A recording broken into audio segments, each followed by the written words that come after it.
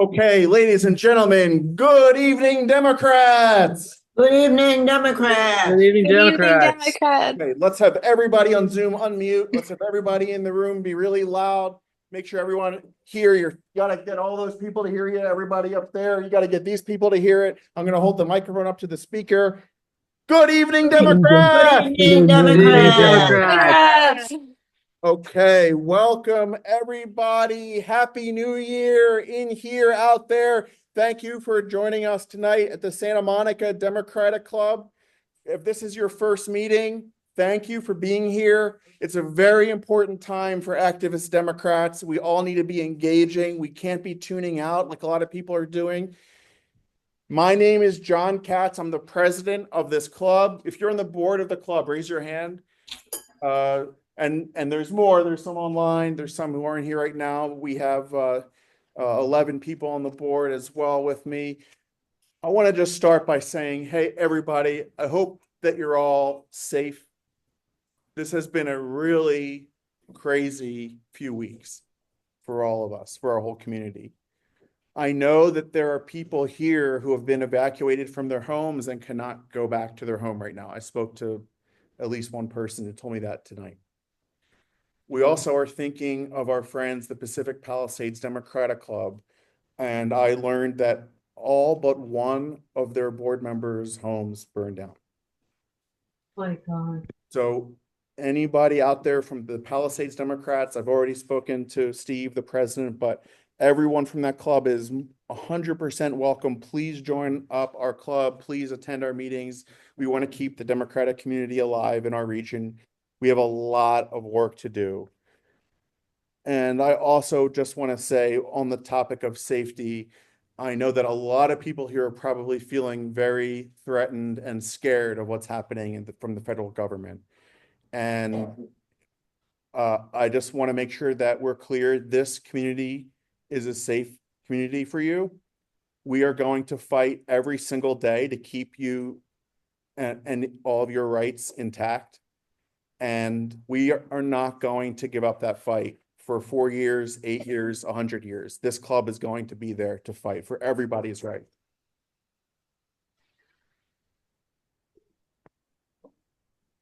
Okay, so we have a lot to get to tonight. We are going to talk about the wildfires in a few minutes.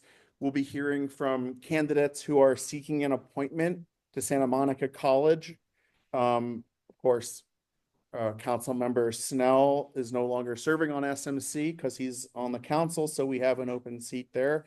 We'll also be hearing from candidates running for ADEM, which is the delegate election to the state party.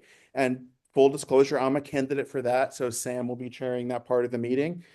And toward the end of the meeting, we'll also be hearing from our outgoing elected officials, Susan Amanoff and Gleam Davis. So there's so much going on tonight. We're going to get through all of that.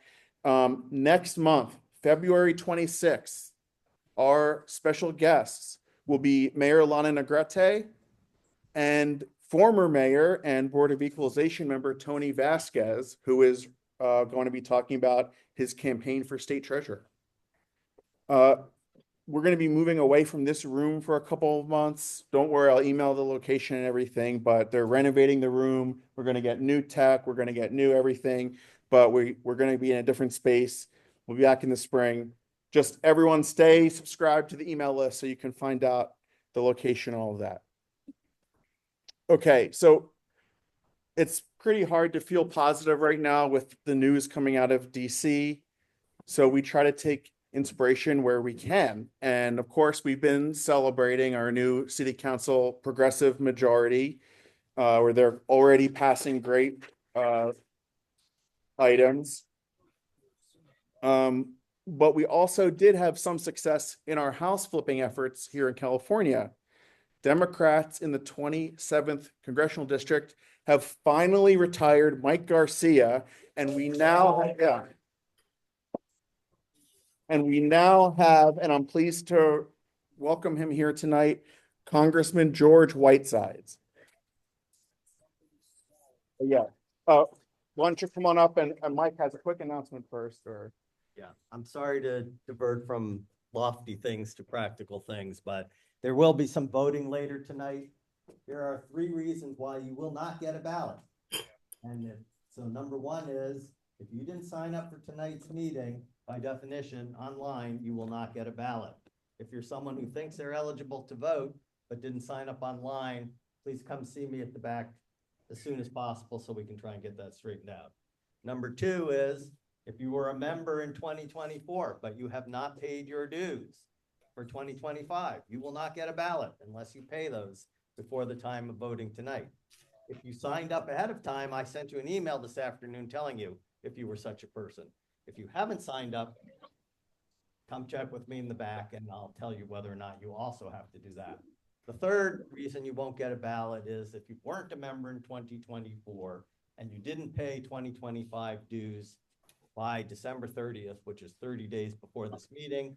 Our bylaws say you have to be a member for 30 days to vote. So if you're in that category, please join the club, but nothing will change the fact that you don't get to vote tonight. And the last thing is there may be some geographical issues, but we'll talk about that when we actually get to voting. So I apologize for diverting, but so that we don't keep the meeting going all night while people are straightening things out. If you have one of those problems, please come see me in the back during the meeting now. Thanks, Mike. Okay, John, excuse me. Could you make sure that people who speak, practically eat the microphone so that we can hear online too? definitely, yeah, let us know if you can't hear anybody. Okay, let's try our welcome round of applause again for Congressman George Whiteside. So you have a certain type of All right, thanks so much. Hopefully this is, loud enough.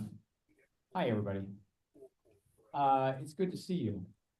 Thank you so much for everything you did to help us flip the 27th congressional district.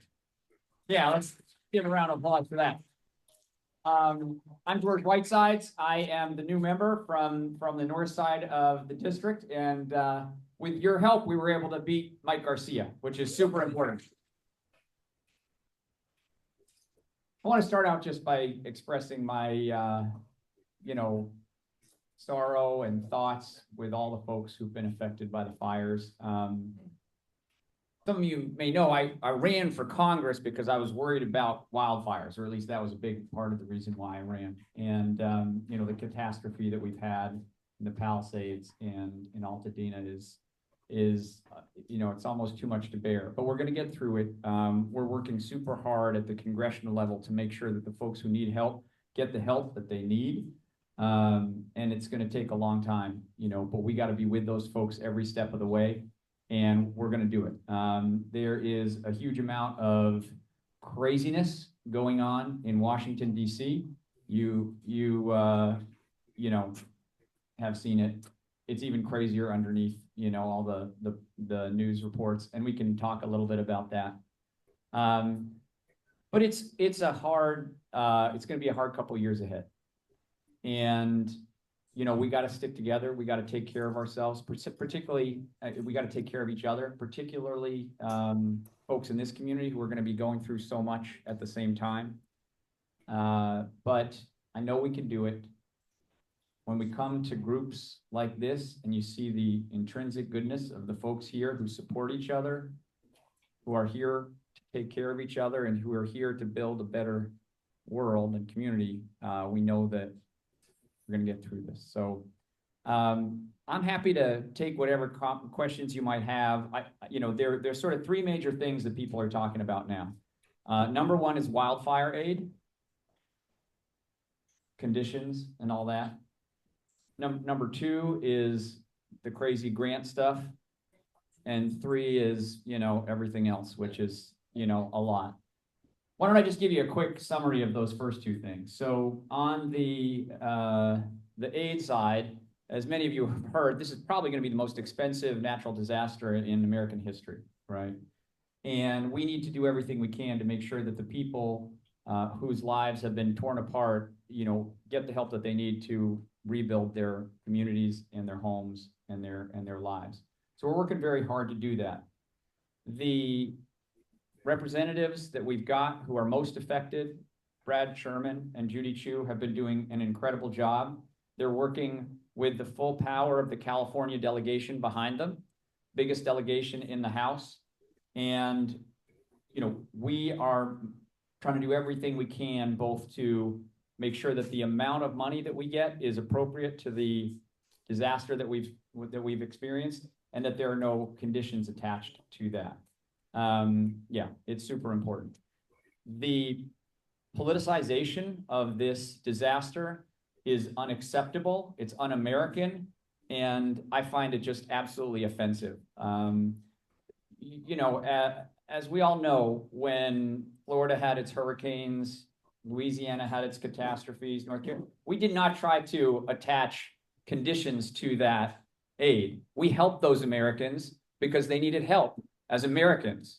And the idea that just because, you know, we're California, that Mike Johnson and the president, you know, are going to play games with the people's lives who have been so devastated is representative of the terrible motives that we see going on in Washington, D.C. So, you know, we are reminding folks that we are the biggest delegation, and most of all, that the Americans in California need help now. And so we're working hard on that. That's not going to take a days or weeks. That's going to be a multi-month effort to make sure people get the help that they need. But we're working really hard on that, and all the way up to the leader, Hakeem Jeffries, and everyone on down. We know that that's the mission. So we're going to be working really hard on that. Second thing is this grant freeze, this illegal, you know, scam that they are trying to pull to halt the payment of money to all aspects of our society. You know, I have been getting calls all day from firefighters, from school districts, from health organizations saying, you know, what is going to happen? What is happening? You know, and we had the ruling at the end of the day, and then they sort of have maybe pulled it back. It's chaos, right? It's bad governance, right? It is illegal. It is unconstitutional. And we are going to fight this like everything else that we fight with, you know, passion and with force, and with we're on the right side here, right? What we are seeing now is just the tip of the iceberg, folks, right? You know, we are going to see more and more of this stuff come through over the course of the coming days and weeks and months. And we just have to be strong to make clear that it is un-American, it is wrong, and we got to fight it everywhere that we can. So that's what we're going to be doing. Yeah. This weekend, I will be giving the Democratic radio response. Don't tweet that. That's not out yet. But honored to be able to present a rebuttal to the un-American and unconstitutional activities that we see coming out of the White House right now. We have a crisis, right, in our government, and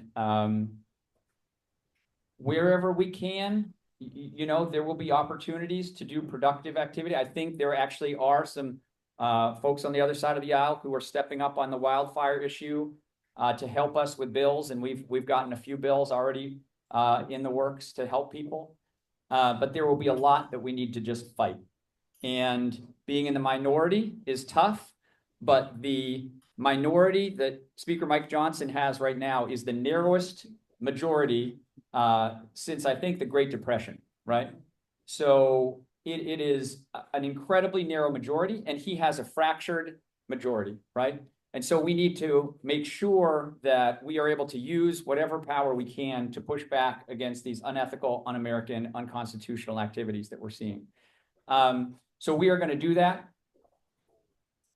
It's only been like 3 weeks since I was sworn in, right? And since this whole thing got going, it's been a lot. And my guess is that it's a lot for all of you. My wife doesn't like to look at the television these days because it's just so much, right? And I get that. Some people may need to take a little time, but many of you, you're here tonight. And I applaud you for that, because we're also going to need folks who can step up, you know, every week, every month, every year, until we get through this sad period in American history. So that's all I got to say. I'm happy to answer any questions if that's helpful to you. But mostly, I just want to say thank you for being who you are, for stepping up in your communities, for helping the folks in the Palisades. And we're going to get through this, and we're going to get to a brighter day. Thanks so much.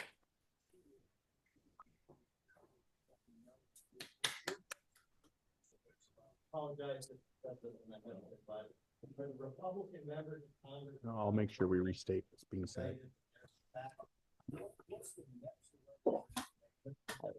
Okay, thanks. Yeah, so the question is basically, are the Republican members of Congress from California united around the idea of no conditions? No is the answer, but there are a few who have publicly stated that they are against it. So what we need to do is to make sure that those members of the California delegation who would say that there should be conditions on the citizens of their own state, you know, hear it from all of us. And we can provide you with, you know, a list of those folks. So it's not 100% one way, it's not 100% the other way. We need to make sure that all of those folks come around to the right side and make clear, because as a unified delegation, we're very powerful, and we need to make sure that we're unified. Thank you. Arjun, sorry. Yeah, you call. The question is who's gonna pay for these wildfires? And so I'm gonna ask you to please co-sponsor a bill authored by Judy Chu and Gerald Nadler to make polluters pay, to establish a climate super fund. I'll be talking more about the California version of this later on, the federal bill. I'd like to have you as a co-sponsor. Thank you. All right. We'll definitely check out the bill that you propose, and you know, it's going to be a huge expense, so we got to work on that. Yep. I'll say I'm in favor of that bill also. I was looking into it today. So my, I don't have to sit. You want the mic? So I know that Hakeem, Jeffries called a meeting today in Congress to discuss how to, respond to the, federal, funding situation. I'm wondering if you could tell me anything about what was discussed at that meeting, and I heard there's some kind of day of action planned, and can you say anything about that? Yeah. Sure. So the day of action tomorrow is designed to highlight the folks who are affected by this unconstitutional freeze, right? So all across the country, people are going to be gathering to talk about the firefighters who are impacted, talk about the health centers that are impacted, the schools that are impacted, the policing that is impacted, the folks who depend on, you know, all these different programs. The idea is to make clear that this unconstitutional grab would hurt just millions and millions of people across the country. So that's the point. You'll see, I don't know what's planned in Santa Monica, but you'll see these some will be press conferences, some will be forums with groups of people. We'll have all different kinds of things going on across the country. But I think it's really important that we be unified in our messaging, because we have a fractured media landscape, and we have to be disciplined in how we respond to these things. You know, these guys are flooding the zone with outrage, right? And we really need to make sure that we're choosing the things that we're pushing back on, so that there's a clear signal and a clear message from the Democratic side on these things. And I think we're going to see that tomorrow. Yeah. Okay. Thank you. Yeah. Let's go to Craig over here. Yeah. Right.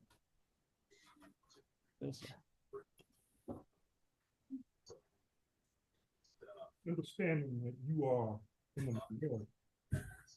I don't want to say his name, but this isn't the first time he's had to deal with a crisis. And I want to pay close attention to Project 2025. So I'm wondering specifically, because he's already gone on record saying he wants to eliminate FEMA. So I'm wondering just what it looks like from those House representatives to gear up for that battle, to restore something. Because if FEMA goes, well, now, I'm not so much worried about FEMA, but the agency that oversees this, he wants to eliminate that and put that in. He has no respect for our people, because he didn't even go out to Altadena. So I'm questioning, I now trust you. So where are we, what does the representative thing look like in terms of gearing up for the fight, keeping in mind that this is the first year, you know, that he's had to do this, and he's already shown, you know, a hostility toward that. So I'm wondering, where do we stand, you know, as the Democratic Party to uphold groups like FEMA, acts like FEMA? Yeah. I don't know if you saw, but Brad Sherman tried to sort of push back on the FEMA thing during the presidential meeting. And look, FEMA's not perfect, but there's a lot of great work happening. And the idea of, you know, getting rid of FEMA is, you know, there's a range of dumb ideas, and that is, you know, up there in the top group. So, look, there are going to be, so we got to make sure that we're fighting to protect the good people in government who are trying to do work, because underneath a lot of this is a desire to break government, right? To break good people who have been trying to do the work across a range of fields for many years. You saw the fork in the road email that some of you may have seen, basically trying to push out many members of the civil service. They're changing the rules inside the executive branch. You saw that they fired the attorney generals. Exactly, that's exactly what I was just about to say, trying to instill fear inside the Department of Justice. It is a lot, right? And so our role, I think, in the House is to be strong, you know, in elevating these things so people see them, explaining why they're wrong. And then, you know, at the end of the day, this is going to come down to a few big fights, because I'll tell you what this is all going towards is a fight that we're going to have. There are two big fights we're going to have. One is over the government shutdown that's going to come up in March. And the other is around the reconciliation bill, in which it is expected they try to push through a raft of tax cuts for billionaires paid for on the backs of working people and people who need help. And that is going to be the crux of the fight. And we need to be strong and unified as we head towards that, because those are going to be really big fights, and they're going to affect tens of millions of people around the country. So, you know, there's a lot to do, and every day there's 10 new things. So we got to be purposeful in what we push back on. A lot of it is just noise, you know, but a lot of it is going to cause extreme damage to our country and to our government, and we got to be strong about that. Let's go over to Jerry.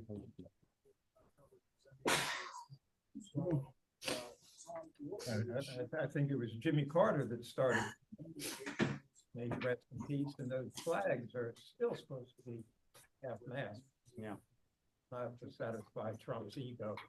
I'd like to ask, how's it going with the appointments of these all unqualified people to Trump's cabinet, but what's the latest and the most important ones, and how's it going? Well, I think, you know, you've seen that, you know, some of them have just made it through the Secretary of Defense. Obviously, RFK is a big one. I ran as a pro-science candidate. To have somebody who, you know, is basically against vaccines, who wants to hobble NIH, who, you know, is anti-science in so many respects, is, you know, unfortunately par for the course with this administration. And so, you know, it's in the Senate. They've got this narrow majority that helps them get a bunch through, but I think that we will see a few of these folks not meet the low standard on the other side, because some of these folks are just so objectionable. Yeah. Zoe. Maybe a last question. Yeah. Yeah. The last question. I have a council member from Malibu, Hayden Conrad, on the live on Instagram, and she wants to meet with you. Great. If you want to say anything to council member Hayden Conrad or Hayden Cohen, this is your chance. It's my chance. Okay. Well, Do you want to contextualize who that is? I don't know. I mean, I think our message is the same as, you know, it's just, we're with you, and we want to do everything we can at the federal level to make sure that folks in Malibu get the help that they need. Yeah. Okay, great. Well, we want to thank you so much for being here. And, I kind of say one thing at the end. and, on behalf of all of us, we're grateful to be represented by Ted Lieu, your colleague, of course, but please keep him company and make good trouble up there in DC, because what's going on is untenable, and we need to rely on our Democrats, not to have them shy away, but to bring the fight right now when it's most needed. So we're really grateful that you're there. Yeah. Thanks. And let's just remember, we got 2 years until we take back the House and make Hakeem Jeffries the next speaker. Thank you. All right. Good to see you. Yep. Okay, so we're gonna keep the conversation about wildfires going for a few more minutes, and we have a couple of guests. First of all, a new face, Brett Morrow. Brett is the Chief Communications Officer for the LA County Department of Public Health. If you want to come up. And also joining him will be a familiar face to many of us, R.L. Miller, the president of Climate Hawks Vote, the former DNC member and former Environmental Caucus chair of the California Democratic Party. So why don't you guys both come up? Yeah, grab a seat. And so we wanted to kind of take a moment, to talk about, it's a political organization, but how do you talk about something that really should not be overly politicized? And so we wanted to bring on some folks who can talk about the policy elements here, and to look at the environmental impacts and the public health impacts of this crisis. So that's how we found these two great friends. So RL, why don't you kick it off, just to let us know? So for those who don't know, RL herself has been evacuated from her home in 2018 in the Woolsey fire. And she has a lot of, personal experience here. And as she mentioned to the congressman, she also has some ideas. Just a few ideas. So for people who don't already know me, my name is R.L. Miller. I'm back to being chair of the State Dem Party's Environmental Caucus. I run a group called Climate Hawks Vote that works on both federal and state work. And I'm a Woolsey fire survivor. In 2018, I was evacuated while flames came within 500 feet of my home. I was lucky enough to get out early because I had a 94-year-old mother who needed pills, needed a walker, and was deaf. In other words, the kind of person that would be an absolute nightmare to evacuate at 3 a.m. So I got out early and I watched my children's childhood memories burn down on national television. While our so-called president is up in Northern California talking about raking forests, and I'm going, my soccer fields are burning. So after that, I had PTSD, and it was never diagnosed. And one of the first things I'm going to say to all of you, and especially to people in the Pacific Palisades, check your mental health, okay? You don't think about it at first because you're too busy just trying to grab things and get out. But I didn't realize just how bad it was. I kept on trying to be an organizer and organize through my own pain until finally I'm talking to Henry Stern about a month after, and I start breaking down in tears, and he practically breaks down in tears with me because both of us were so badly affected by that fire. So one of the ways I tried to organize it was to illustrate just how prevalent these wildfires have become. And I would go around and I would ask, like, large groups of Californians, who here is from Paradise, California? And, and nobody is. But who here has been directly affected by any of the wildfires? And I would name all of them. And I'm just going to shortcut that a little bit for you guys. Who here has not been directly affected by these wildfires? Who here has not been choking on ash? Yeah. Who here doesn't know somebody who's lost everything? Yeah. One or two hands went up. Yeah. People on Zoom. We all have been affected by this. If it didn't happen to us, it happened to somebody that we know. And if it didn't happen to us yet, it will. I live in a place that is a very high fire severity zone. It's zone 3 out of 3. The insurance rates, the insurance people say that the chance of a catastrophic wildfire hitting my neighborhood in the next 30 years is 100%. Many of my neighbors are getting their homeowners insurance canceled. So I want to talk for a second about how we're going to pay for this and who's going to pay for this. Costliest natural disaster in American history so far was Katrina, which by today's standards, it hit about 195 billion. This one, if you know anything about the price of real estate around here, you know it's going to hit. Last estimate I heard was 250 billion, and it's going to go up. If you don't already know this, there's an insurance crisis that's been slow moving, but lots and lots and lots of people in the Palisades, throughout all of the Santa Monicas, up where I live, they're having their homeowners insurance canceled. State Farm pulled out for years and years. All state farmers, they all pulled out. And so homeowners were forced onto something called the FAIR Plan. And in my prior life, I was an attorney who sued insurance companies. I know what I'm talking about here. The FAIR Plan only covers 7 things.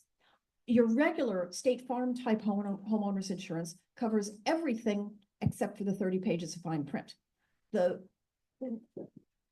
there's lots of fine print, but most importantly, it covers all fire. It's called a fire insurance policy in other states.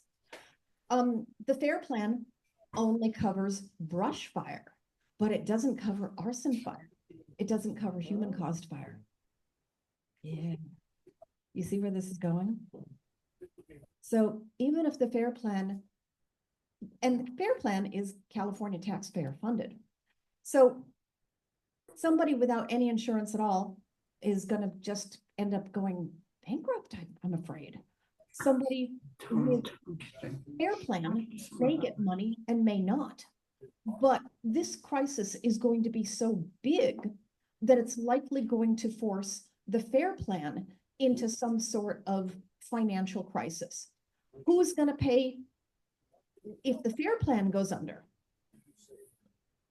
We are. Taxpayers of California are. And so rather than have this patchwork of individuals and State Farm and maybe California taxpayers as a backstop, I want to talk about a different idea. And it's called Make Polluters Pay. And I want to hear from you guys. Make polluters pay. Can I get a chant here? Make polluters pay. Make Polluters polluters pay. Make polluters pay. Thank you, Zoom guys. Last year a bill was introduced, and it was introduced on fairly short notice, and it only was alive for about 6 weeks, and then it died, and now it's going to get reintroduced this year. State bill that would create a climate super fund for requiring the largest fossil fuel entities operating in California to pay into a super fund based on their climate damages that they have created between 1990 or 2000 and 2024. They are frantically amending this to make sure that it includes these wildfires, by the way. And so the companies, and this only affects the largest fossil fuel companies that do business in the state of California. It does not affect small businesses. It does not, unfortunately, affect Southern California, Edison. But it would require Chevron and Shell and Exxon and people like that to pay into a fund. It's a lot of money that we're talking about here. If you have any idea how much money they would be required to pay in, we don't know yet, but it would easily be in the billions of dollars. And for this reason, even Democrats who aren't normally considered climate hawks are on board with this bill because it is a revenue raiser at a time when the state needs revenue.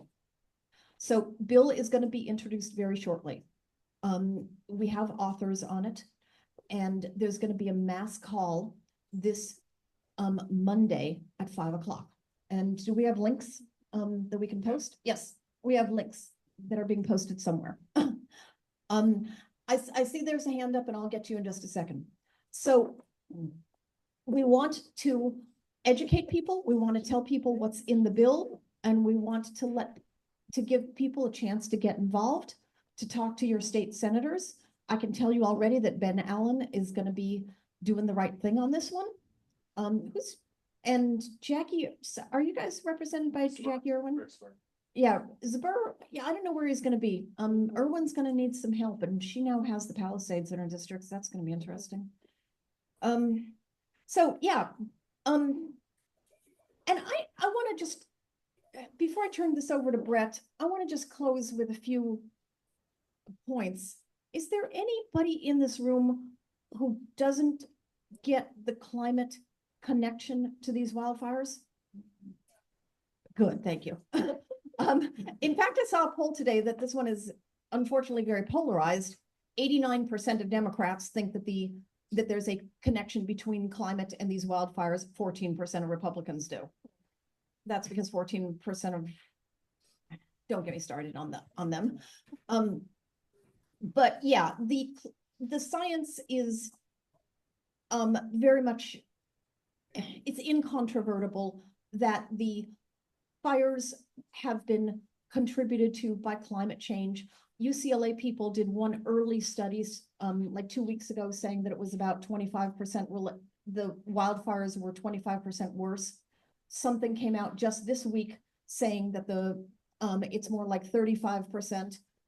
Climate change is not the only thing driving these, but it's making it so much worse than it used to be.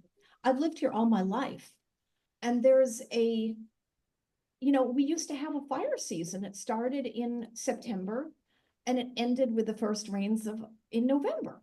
And you dread October, you dread chapstick and nosebleed weather, you dread the Santa Anas and the Raymond Chandler quotes and all that.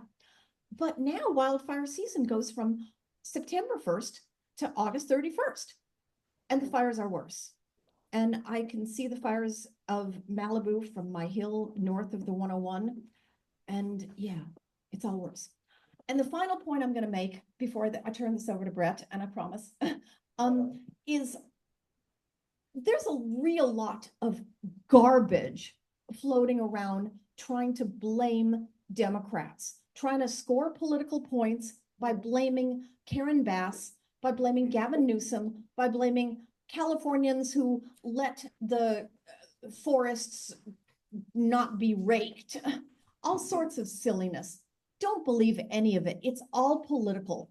Right now, random maggots are finding photographs of random aqueducts and Yosemite Falls and claiming that this is the faucet that Donald Trump turned on. Well, you guys all know there's no faucet. He didn't turn anything on. Stupid. And on that note, one more time, make polluters pay. Make polluters pay. Thank you. And I'm just an activist. I just have a voice. I'm loud. People know that, but I don't have the expertise. And I'm gonna take one question and then I'm gonna turn it over to somebody who actually knows what he's talking about. And I know you've raised your hand a little while ago in the back.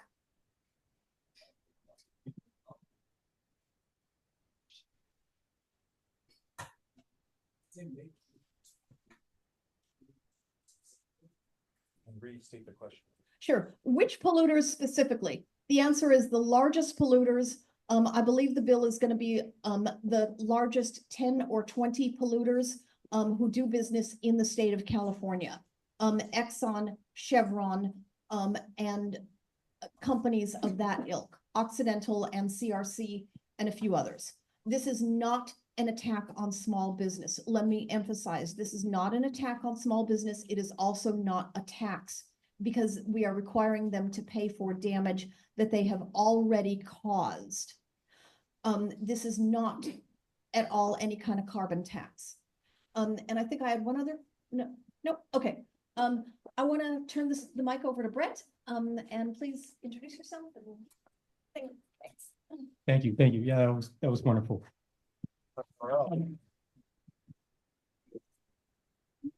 Thank you, everybody. It's nice to meet you. Am I eating the microphone properly for the Zoom? Okay, excellent. So my name is Brett Morrow. I am the Chief Communications Officer for the Department of Public Health. It's great to see so many new faces, some familiar faces as well. Just to clarify, I am here on my personal capacity. I'm not speaking on behalf of the department or for the department as well too. You know, I also want to say I'm new to the club as well. Thank you to the great Anastasia Foster. You know, it's interesting who you can meet when you're just walking your dog as well too. So she introduced me to the club and many others, and I'm looking forward to getting to work on this. So what I will say is, you know, while I am new to the club and I'm newish to Santa Monica, this kind of work, these kind of rooms are not new to me. If you know anything about deregulation that happened in the 80s, my father was a Communication Workers for America in his local in Riverside. So if you know what was happening then for a lot of the telecommunications companies, there are many pictures of me on the picket lines, you know, with him walking the picket lines, you know, arguing for collective bargaining. On top of that, I did work on the Hill for about 5 years for several different members of Congress. I worked for now Senator Adam Schiff on his communications team. I also worked for Congressman Mark Takano in Riverside and Keith Ellison as well. While he was the chair of the Congressional Progressive Caucus, I was the communications director for the Congressional Progressive Caucus. I eventually moved out of politics and moved back to LA, and here I am at the Department of Public Health as well. So one thing I will say, in addition to, I'm not speaking on behalf of the department, I'm not a doctor. I will make that clear. I'm the communications officer. I always joke around that I'm the one that writes the tweets. So that is me. But I will say there is some information that does come in here through osmosis as well. And I think one of the things that we're hearing quite frequently outside of the Palisades, and you know, we all know somebody here who was impacted as well. I have several friends, someone on my team as well, who lost their home in the Eaton fire. We have some mutual friends. Their brother lost their home in Palisades. You know, they have 2 small kids, and the little girl, a couple of days after the fire, said to her mom, she can't wait to go home and play with all her toys. And, you know, I have a 2-year-old now, so that kind of stuff hits differently now at this point. So, you know, the Department of Public Health is doing everything they can. I know county leaders are doing everything they can. We heard from a great federal official who's doing everything he can as well, too. But again, going back to some of the questions that you hear for people in Santa Monica, I think the main question is, and you brought this up as well, too, is what kind of risk do we face here? You know, no, we're not directly within the burned area, but we are close. We're very near it as well, too. And those concerns are valid. And people are wondering about what's going on with the air quality, what's going on with soil, any other pollutants that are happening as well. And I think the one thing that we want to stress to folks, or that the department has been stressing to folks, is that what we recommend doing is assess, if you haven't done this already, is assessing what's going on in your home. So that means looking for smoke, soot, ash as well too. If you went home and you saw no visible soot, no smoke, no ash, and you didn't have a strong smoke odor, it's more than likely that you may not need to do any kind of cleaning, and that's inside your home. Now, if there was an instance where you had some soot, you had some ash in or around, or you smelled smoke, that is an instance where you would want to do some cleaning, right? And this is the position that I was in as well, too. You know, the fire was 3 weeks ago, and I'll be honest, we've been a little busy over the last 3 weeks. But I just now got the opportunity to clean my balcony. So if anybody is in the same boat as I am, and maybe you haven't cleaned your balcony or you haven't, given your yard the proper cleaning that it needs, this is what we recommend. First of all, wear an N95 mask. You want to do that. And it specifically has to be an N95. You want to wear gloves. You want to wear goggles as well, too.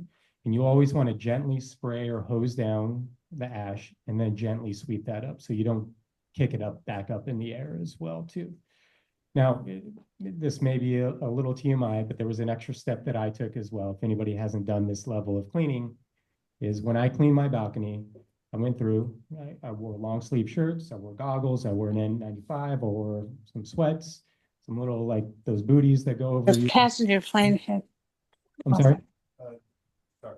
Oh. Somebody on Zoom was speaking. No problem, no problem. And I thoroughly cleaned my balcony several times as well too. Put all that waste into a plastic bag. I sealed that. And it's an enclosed balcony, and you'll find out why. But after that, I took off my shirt, took off the pants that I was wearing, my shoes, put them also in the plastic bag, sealed that up, went and took a shower, and then put those clothes directly into the laundry. So those are just some of the general tips that you can take when it comes to cleaning.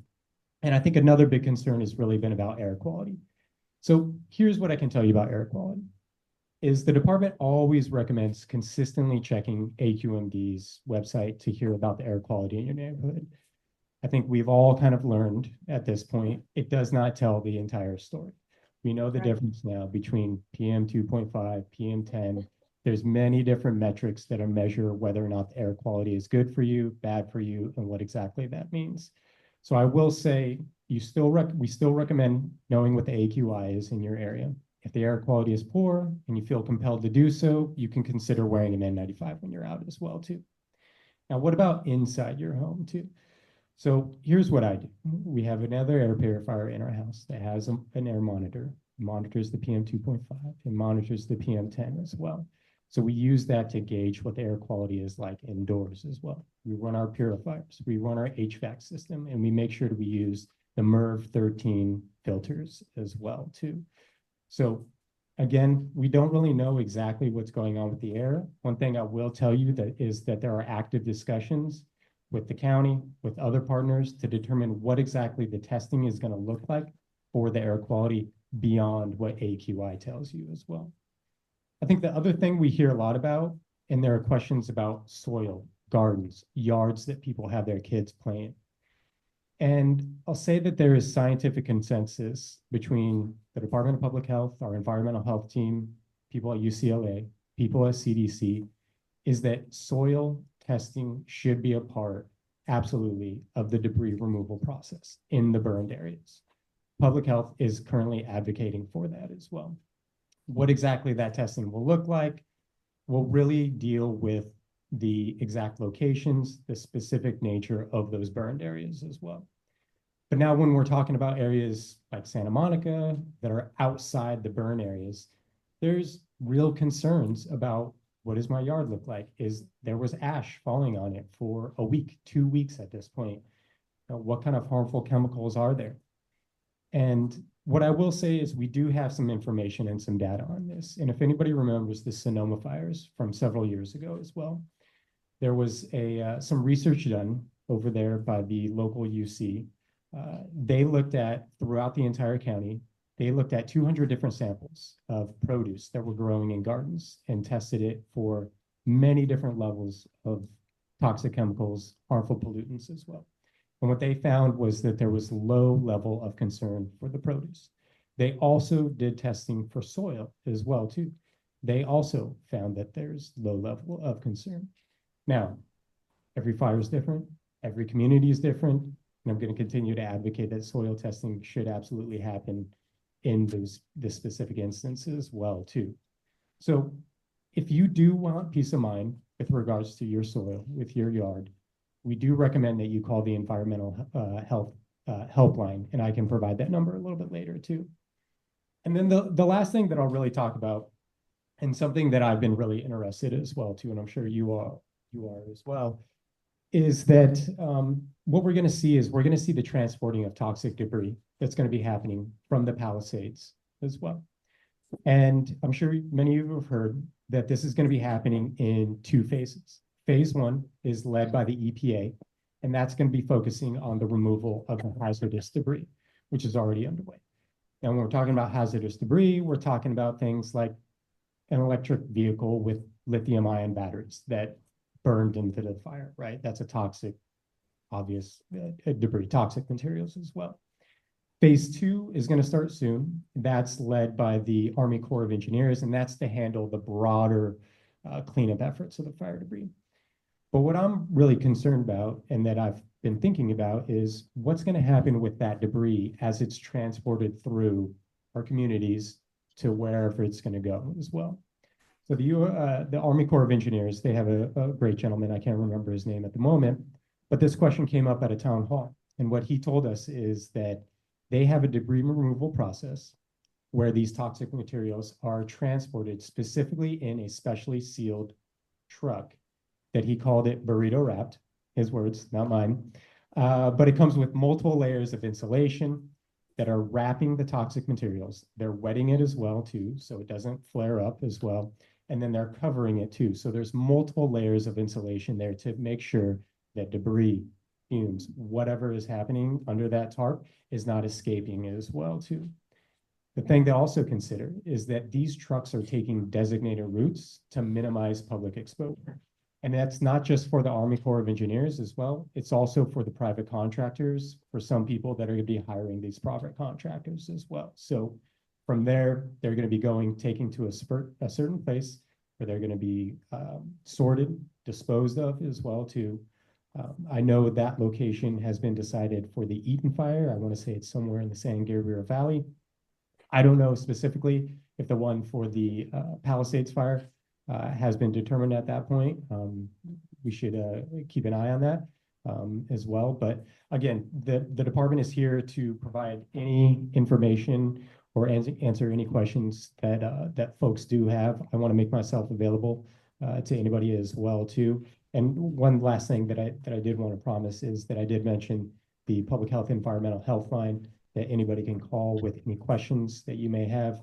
That is 626-430-9821. Once again, that's 626-430-9821. And I'll be around the rest of the night if anybody has any questions or comments as well.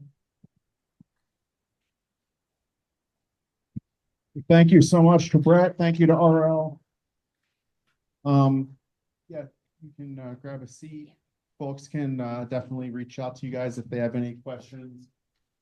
And sorry, but we're a little bit behind on timing, so I don't think we're going to take questions right now, folks. Put your hands up, but if anybody wants to ask a specific question to Brett or RL on Zoom and you can't get in touch with them, just email me or the club and we will connect you to be able to get your question answered. Okay, so we're now going to move on to the Santa Monica College trustee position. Like I mentioned earlier, Councilmember Snell has been successfully seated onto Santa Monica City Council. He's here actually right now. Councilmember Snell, great to see you.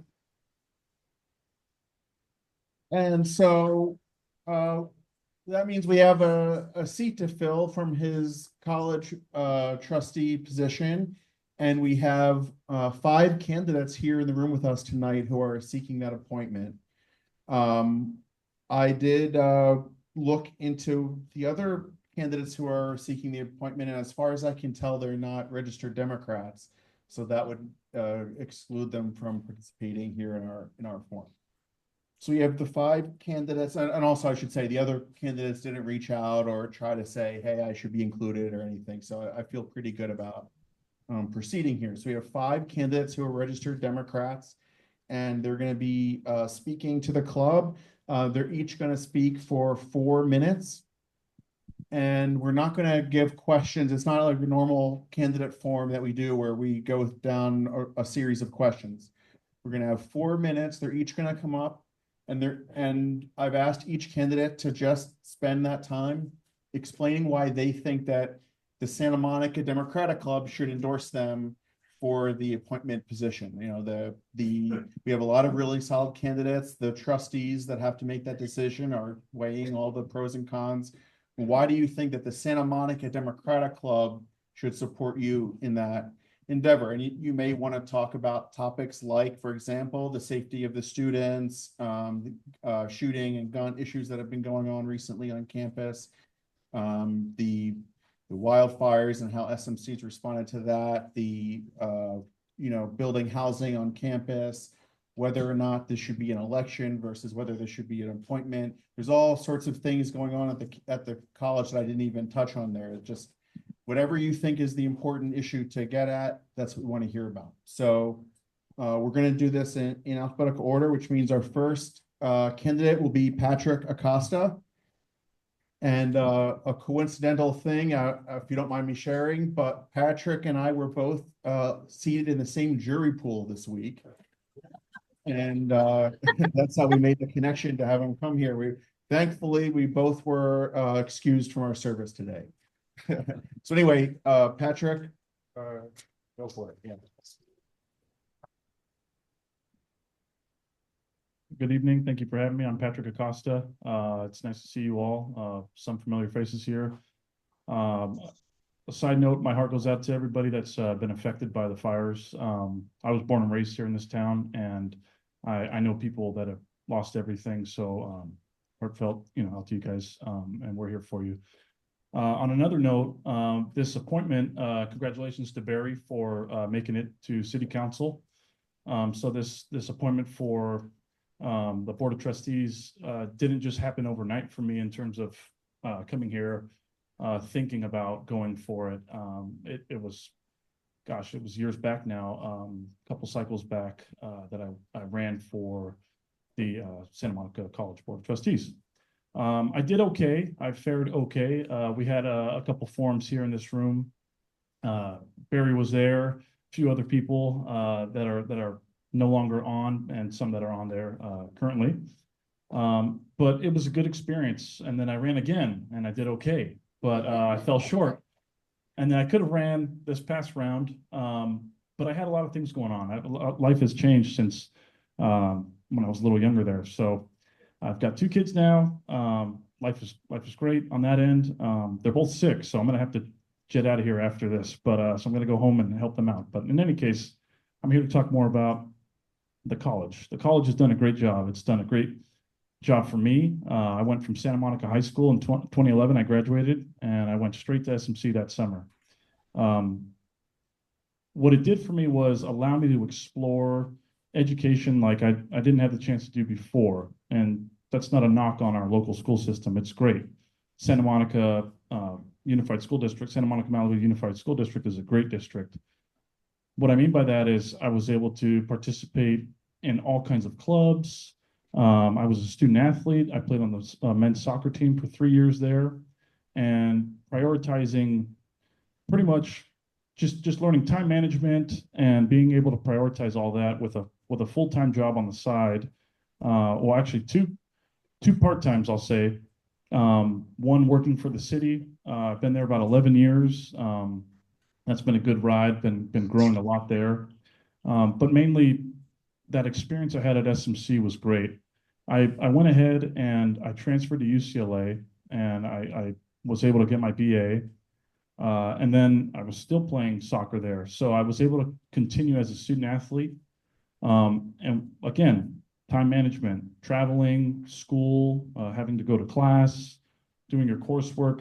And so how does that translate on being on the board? And I think that my experience going from Samuel High, being a local kid, going to the junior college level, and then making it to the university level is pretty much what the college is, a big aim for what the college is there for. And then you have other factors that, you can go to Emeritus, the Emeritus College, so you could just show up and take courses if you wanted to enhance your knowledge on a field. Hey, I've never taken a marine biology course. Let's go take one. That kind of thing, right? Like you can just get in there, and there's a huge array of courses that you can take at SMC. It's a great institution. I think that my experiences would help the Board of Trustees understand from a firsthand experience, different avenues that you can look at to get to a, you know, similar result. But I think the board is doing a great job. And so with that being said, moving forward, I think that this would be a great opportunity, you know, and a lot of people have reached out saying, hey, why didn't you run this past time around? Well, like I said, things were a little bit different at that time for me, just with being a young father. And so that's where I'm at. So it would be great to work with the current Board of Trustees. Thank you, guys. Have a good night.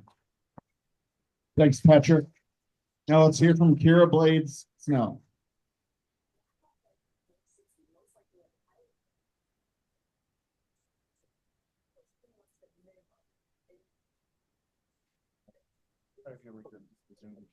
Okay. I need to put my glasses on. Good evening, everyone. Actually, I wrote something down. So for those of you who don't know me, my name is Kira Blades Snell, and I'm honored to be here tonight asking for your support in the candidacy of Santa Monica Board of Trustees. A little bit about myself in the 4 minutes. I have to tell you a little bit about myself, what my aspirations are, and why I think I would be a great candidate. So first, I'm an immigrant, a first-generation college student, and the eldest of 5 children raised by a single mother. My mother only went to high school, and she became an elementary teacher, even though she only had a high school diploma. She instilled in me the profound value of education, not just as a means of professional success, but as a way to lift myself and my entire family.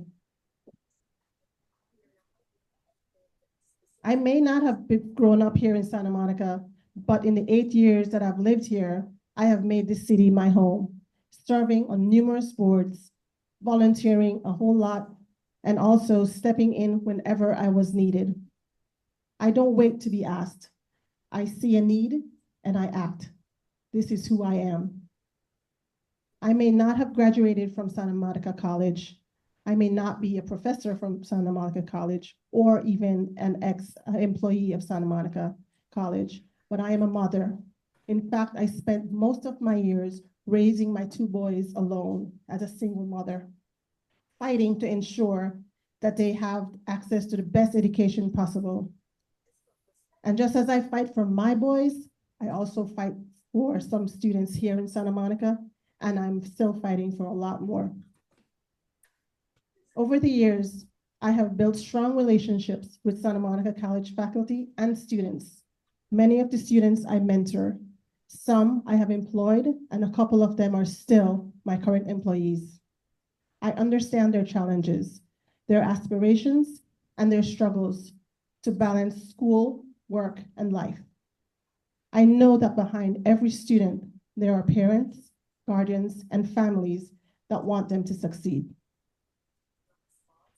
For the past 8 years, I have watched the Santa Monica College Board of Trustees lead with professionalism and purpose. They have accomplished a great deal for students, faculty, and broader community. I am not running to disrupt or change what is already working. I am running to add to the board, to contribute my voice, my perspective, my energy. I bring to this role the qualities that define me. I'm a great listener. I seek to understand before I speak. I'm a critical thinker. I prefer to analyze problems and find solutions.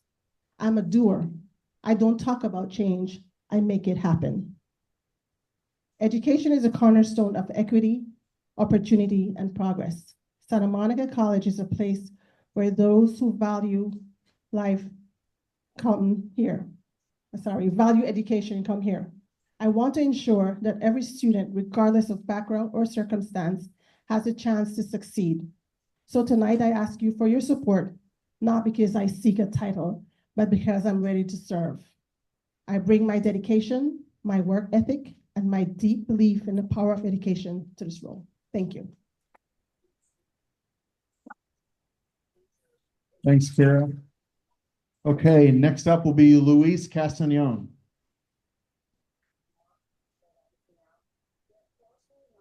And if y'all don't mind, I'm gonna sit just because I have my notes here. But buenas noches. My name is Luis Barrera Castañón, and I want to introduce myself. So I came to this country when I was 9 years old from Guatemala. My father was working in the fields of Salinas and then came to LA to start his plumbing business and career. And so that's what I knew as my life. That's what I knew what career choices were. And that's what I thought my life was going to be. I went to Los Angeles High School. I lived right at the end of the 7 bus line. So I would see Santa Monica College every day walking up to high school. I didn't know what it meant. I had no idea what that was, but I thought my life was going to be a plumber. So after high school, I became a plumber.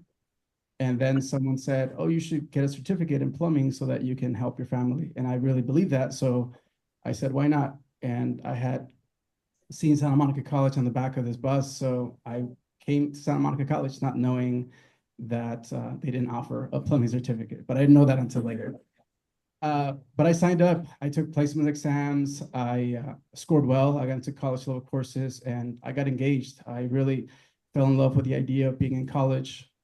And when I actually met with a counselor, they let me know that there wasn't a certificate program there. So by that time, I was already hooked. I had participated in many different clubs. I got involved. I became student body president my second year there and got a chance to meet some amazing leaders. I met Dr. Robertson, Piedad Robertson, and Dr. Margaret Quiñones Perez, who at that time were one of the only few Latinas that I have ever seen in a leadership role. And for me, that just sparked something in me and decided that I was going to do something different. So I transferred to Berkeley. I went to Berkeley. I graduated from Berkeley, go Bears. And that's just, the success that we have with Santa Monica College and what we do for our students. But I went to Berkeley and left and decided to get into the workforce, and I fell into workforce development. So workforce development is the other side of the college, right? It's what we do.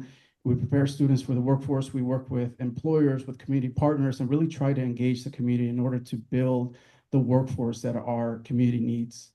And for the last 18 years, that's what my job has been. I've been working, I was the policy manager for the LA Chamber of Commerce. I worked with a variety of different community college systems and districts to build out programming that supports individuals that are immigrants, that are formerly incarcerated, that are folks with disabilities. I bring a lot of technical skills to this. I was able to get a master's in public administration, a doctorate in education with a focus on community colleges because I knew that this was where I wanted to be eventually. And now I'm seeking this position, not only because I feel that I will be just a symbol for what the college stands for, especially now as an undocumented student when I was there, but a symbol for that and a symbol to our students in our community because of that. But I also know that I bring a lot of innovation and ideas to this. For me, there is a financial challenge that we have with the college.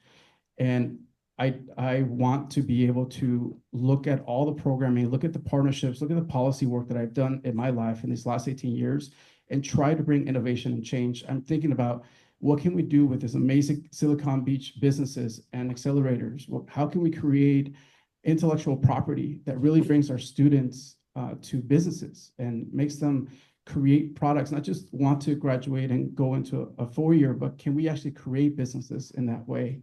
That's one of the reasons that I'm interested in this position. The other part is the student success part of this, right? I know that we are a change agent within our communities, and I want to make sure that we continue to do that, and that access and equity, and that we treat all of our students with respect, and continue to just follow that mission for all of us. So, thank you. Thanks, Luis. Now I'm pleased to welcome Dr. Karen Gunn.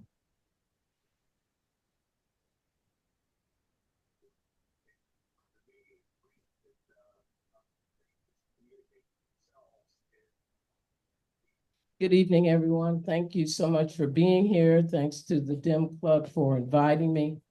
And I won't do with this mic what the president did in a moment that was creepy, that some of you may remember. Yes. Can you hear me? All right. I am so committed to Santa Monica College as a former tenured faculty member in the psychology department, during which time I served as the chair.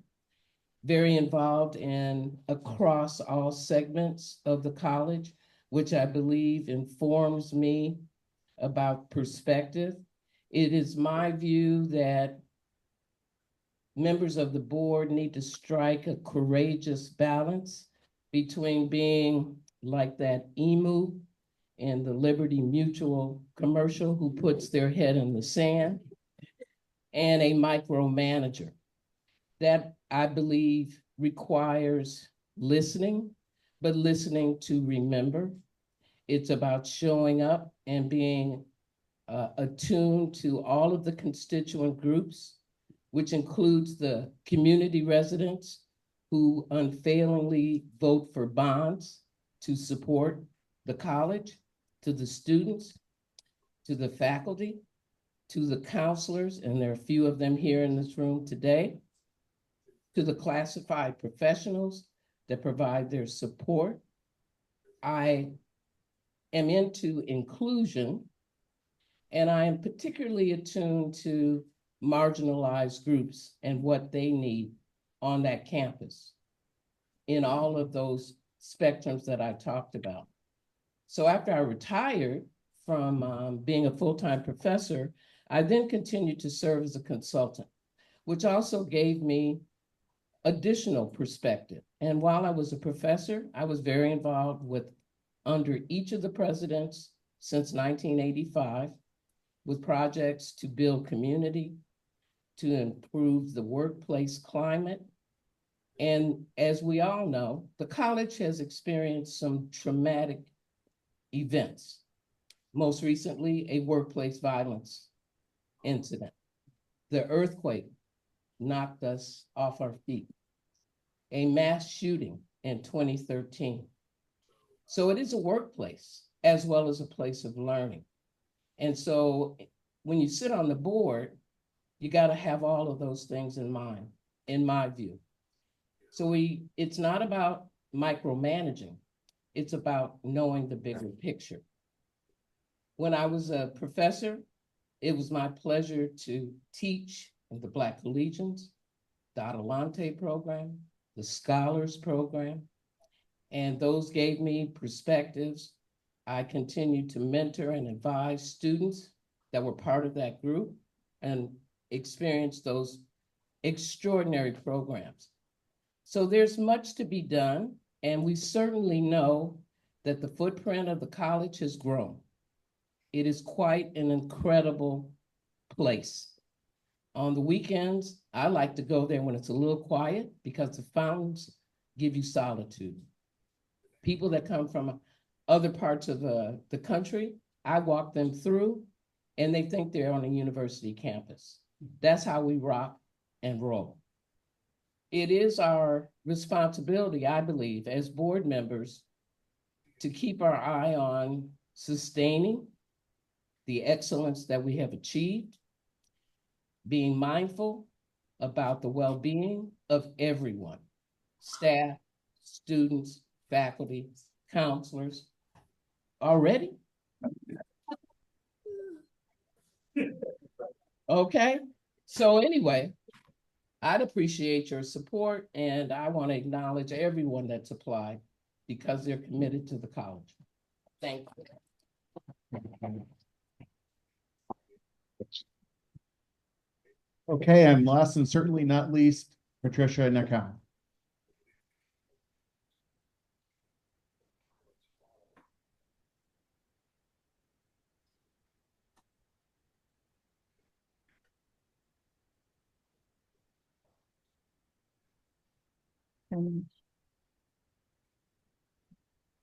Hi, everyone. I'm Patty Nakao, and it's a pleasure to be here and to ask for your support. So just a little bit about me. I am a longtime resident of Santa Monica. I moved here when I was in college in the mid-70s, which was a long time ago. I've been a renter as well as a homeowner. And my daughter went to public schools, Will Rogers and Jams and Samo High. And also I worked at Santa Monica College for 25 years, from the early 1990s until I retired in 2017. I was a faculty member. I was a colleague of Karen's. I worked in the counseling department, so I worked with many students with many different goals, lots of struggles and lots of successes.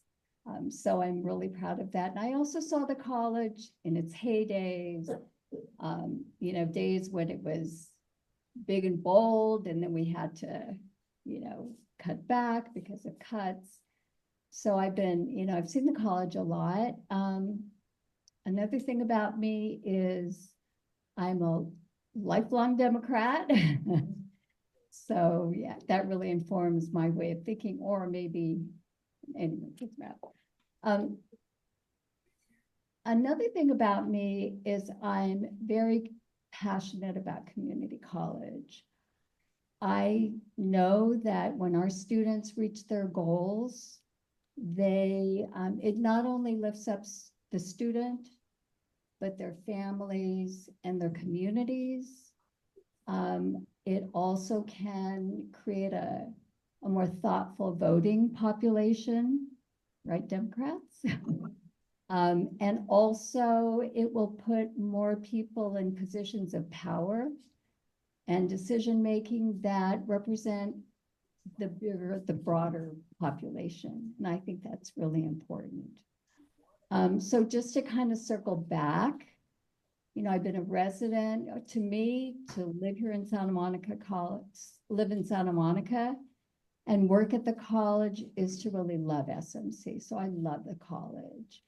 And also, you know, I truly believe in my heart, community college. And so if I'm on the board, I would really work to be a student advocate. I would work to be sure that, you know, what can we do to make the road for students to come to the college and make it through the college, help them reach their goals. You know, what can we do to break down those barriers? And I would also really prioritize our students who are low income, as well as students who are from disenfranchised communities, historically underrepresented communities. That's just been a lifelong value of mine. And lastly, you know, I'm concerned about that crazy man Trump and what's going to happen to community college. And so we don't know yet, but I would also like to be a part of the board to make sure that we stay nimble and responsive and compassionate as we, you know, things kind of come up from day to day. Thank you so much, Patty. And let's give all the candidates one more round of applause. I mean, that's a really good field of candidates. The trustees have their hands full with that one. So we're gonna sit on that. We're not gonna take an action right this moment. We're gonna go to the ADEM race. We're gonna come back as a club membership and decide what we're gonna do with those two projects. So as I mentioned earlier, I'm a candidate for delegate this year. So I'm recused from the board's process and all of that and what we're gonna do here. So I'm going to hand it over to Sam Cosolino, our programs VP, to run this part of the meeting. Thank you, John. So here to talk about ADEMs. For those who don't know, we try to elect 7 female identifying and then 7 non-female identifying people from Assembly District 51 to represent us in the state party. So please, if you haven't done so already, go to ademelections.com and register to vote before tomorrow so that you're able to vote electronically or in person for this election. So, oh yeah, sorry. So ademelections.com. And without further ado,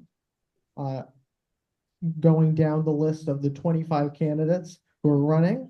So we have Mike Rose. Nice.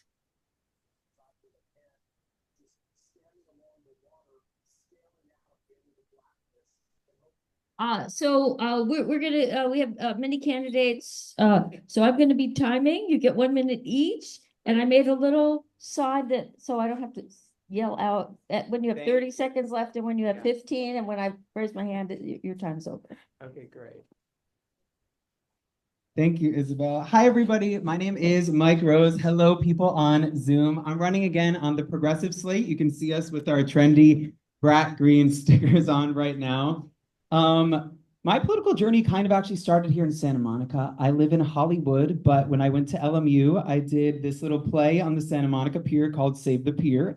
And it's about, it's about the true story of people in Santa Monica rising up against corrupt members of their city council to save the Santa Monica Pier from demolition.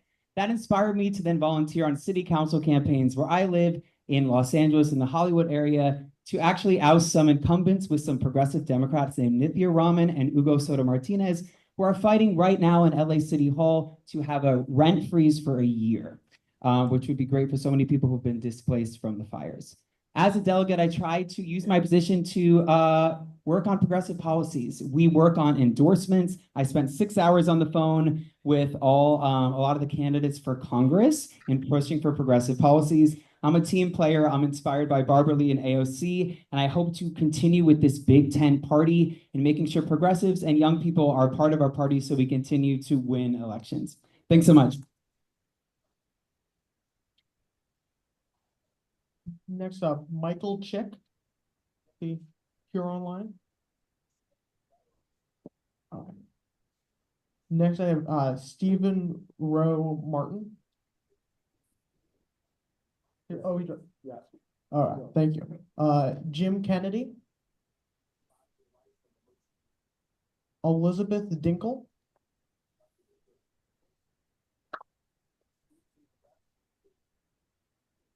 Well, good evening. I'm new to all this. My name is Elizabeth Dinkle. I live in Beverly Hills Post Office. I'm a small business owner. I have an office in West Hollywood where I run a design firm. I'm a big political activist, especially on a grassroots level. As a matter of fact, I work on George Whitesides' campaign.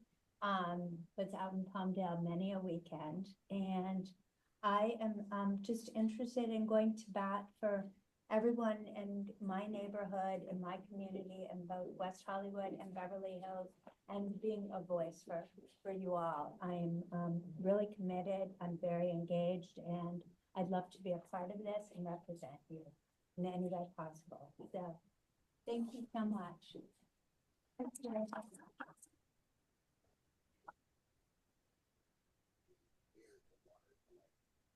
Next, we have Dan Hall. All right, good evening, Santa Monica Democrats. For those of you who don't know me, my name is Dan Hall. I use he, him pronouns, and I am running for re-election to the AD 51 progressive slate. Hey, Dan, hold on a second. We're gonna. Oh, sorry. This should be over. You so here, and you'll have to hold that up to the. Test, test. Can everyone hear me? Does this work? Does that work, Sam? Right. Okay. Okay. Like one. Can you try again, Dan? Test, test, test. Does that work?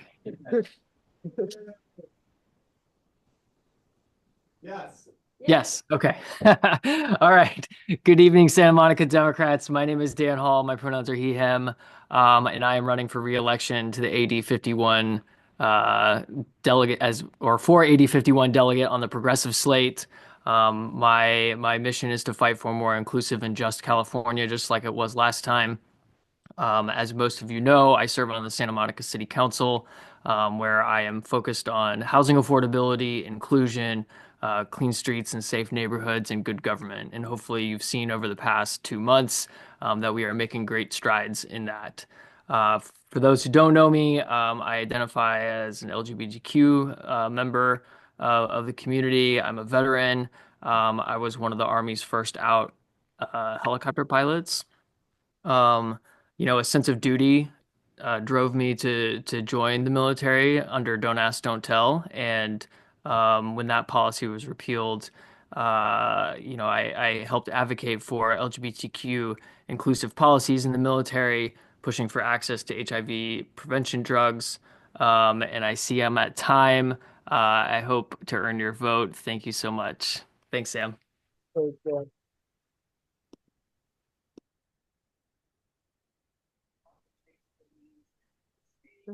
Keep it up. Yeah. So next is Angela D. Scott.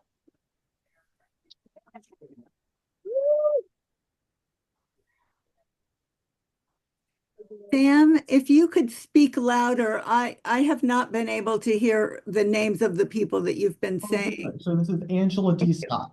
Can you hear me better? Yes. You would help to put the names in the chat, to someone type out the names in the chat. Let me know when you start. Hi, everyone. I'm Angela. I think a lot of you already know me.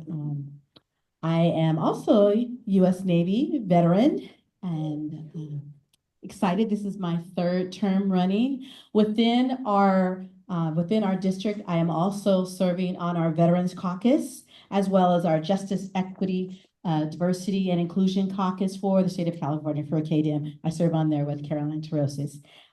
Within the Veterans Caucus, we have been able to work specifically on assisting, I got time. Okay, on assisting with working against deporting veterans, as well as improving certifications for veterans that are transitioning. Within the city here, I'm also a public safety reform and oversight commissioner and very involved in the high school. Just, again, my continued work will be with community, within the community as far as building equity and diverse and equitable. Gosh, you guys know, you see me in the streets, I do a lot.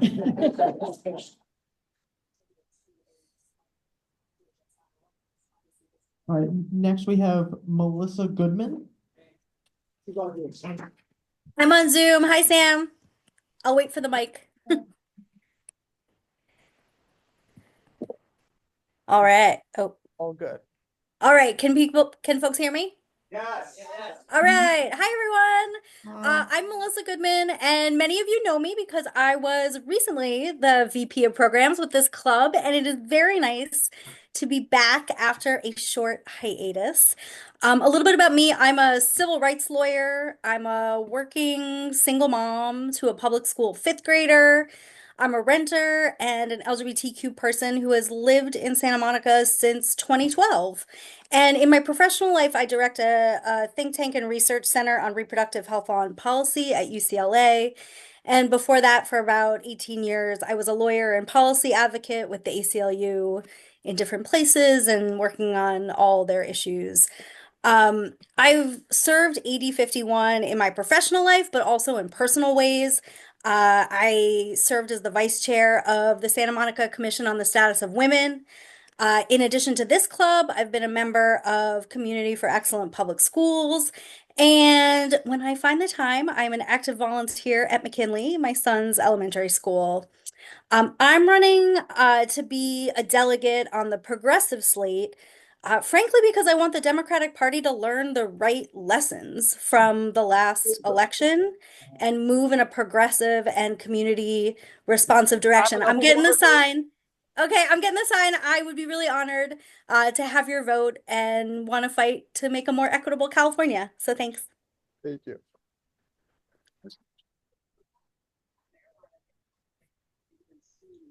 The next.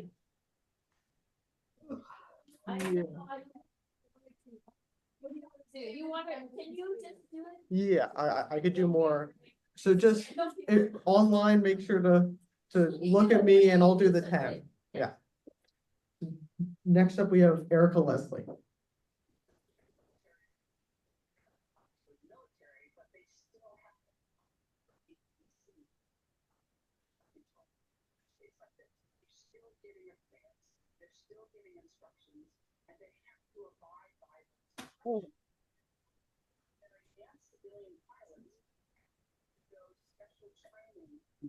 I gotta, but I gotta see where, I gotta stand where they ask me to tell me when I can start.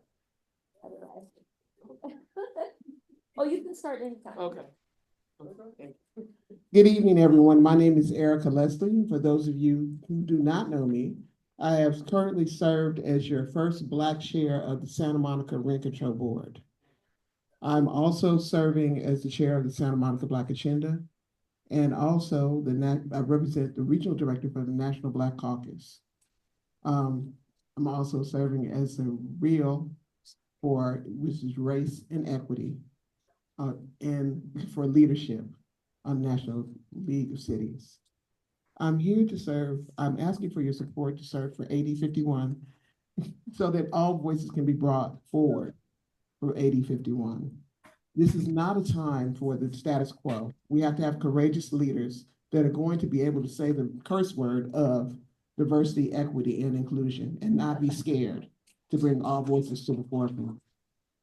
Please thank me for your vote.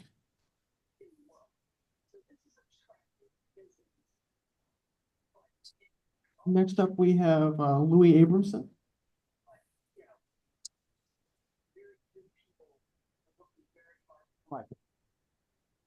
Hi, folks. My name is Louis Abramson. I'm a former astrophysicist. I'm a policy analyst at RAND. I'm the chair of a homelessness nonprofit, and I'm a renter over in Hollywood. And I am here because I believe, like you all do, that the Democratic Party's preferred result for the American experiment is the right one.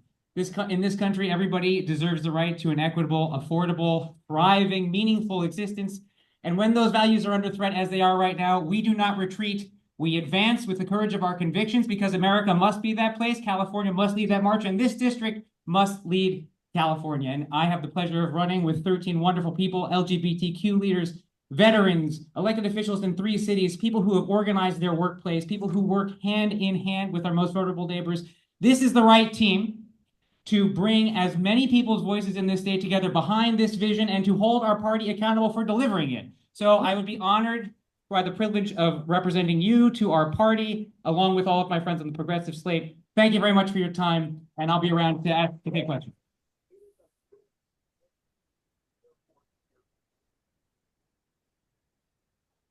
Next up, we have Carolyn M. Trosis.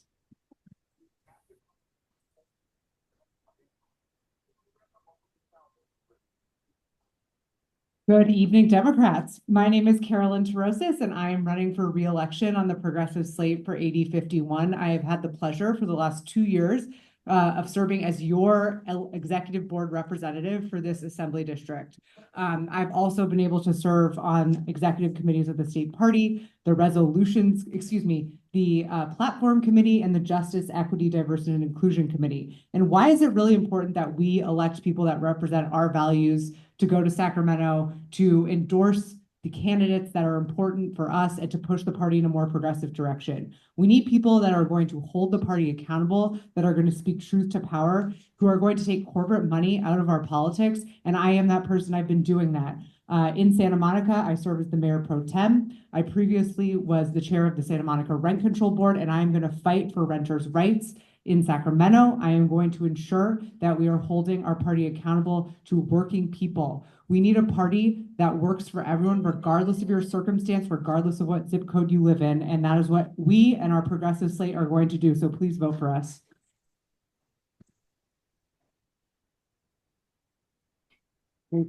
Next up, we have Heather Ashley Boyer. You're online, right? Okay.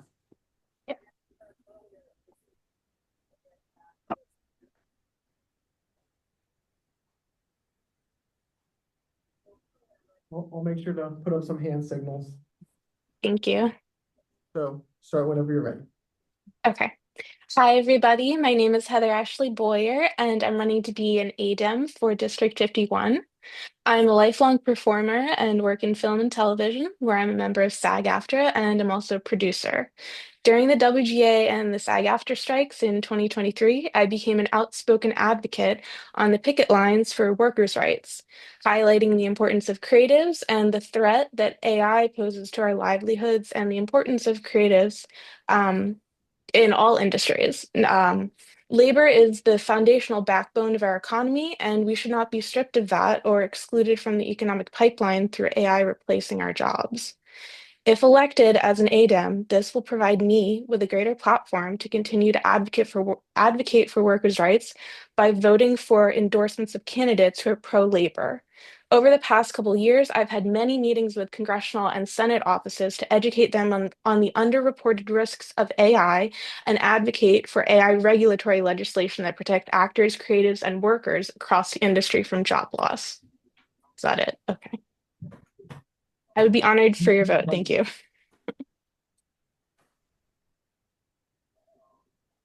Next up, we have Naomi Goldman.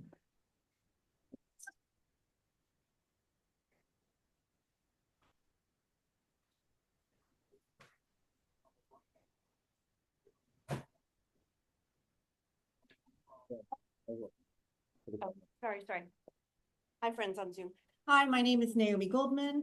I am proud to be one of your current delegates to the Democratic Party, and I'm also running for re-election for my third term with all of my friends here on the progressive slate.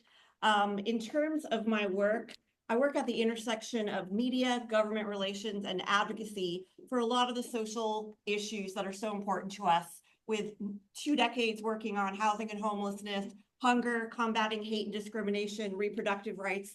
And I'm really proud to work with the Hospitality Training Academy on workforce development for folks that are members of Unite Here Local 11, our hospitality workers. I'm really proud that I've had the opportunity to serve. I'm on the Democratic Party Women's Caucus Board. I work with the Jewish Caucus and on the Legislative Committee, and have worked to get a lot of good Democrats elected and support their issues, including our friend George Whitesides, who was here. Last thing I'm going to say, right now, I'm super proud to be a 20+ year disaster responder for Red Cross, because I give a damn about helping all of our communities in need. So I'd be honored for your support. Thank you very much.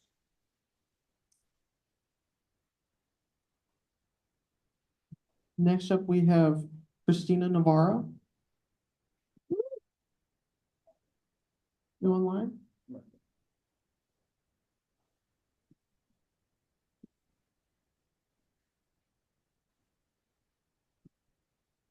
The next candidate is Julie Stromberg. No.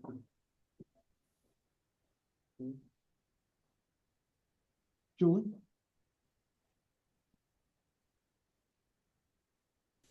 Next candidate is Elvina Beck.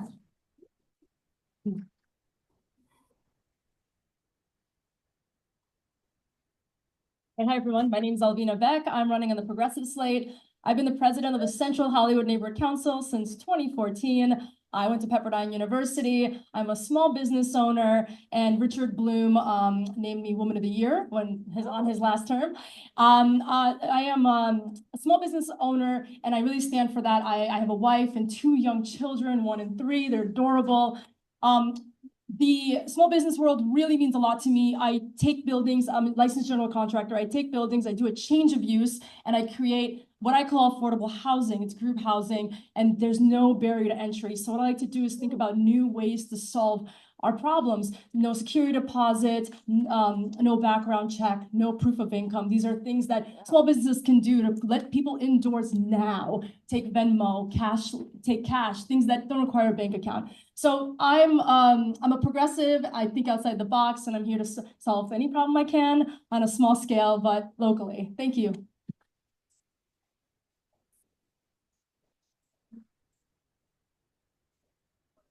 So next up, we have Danny Hang.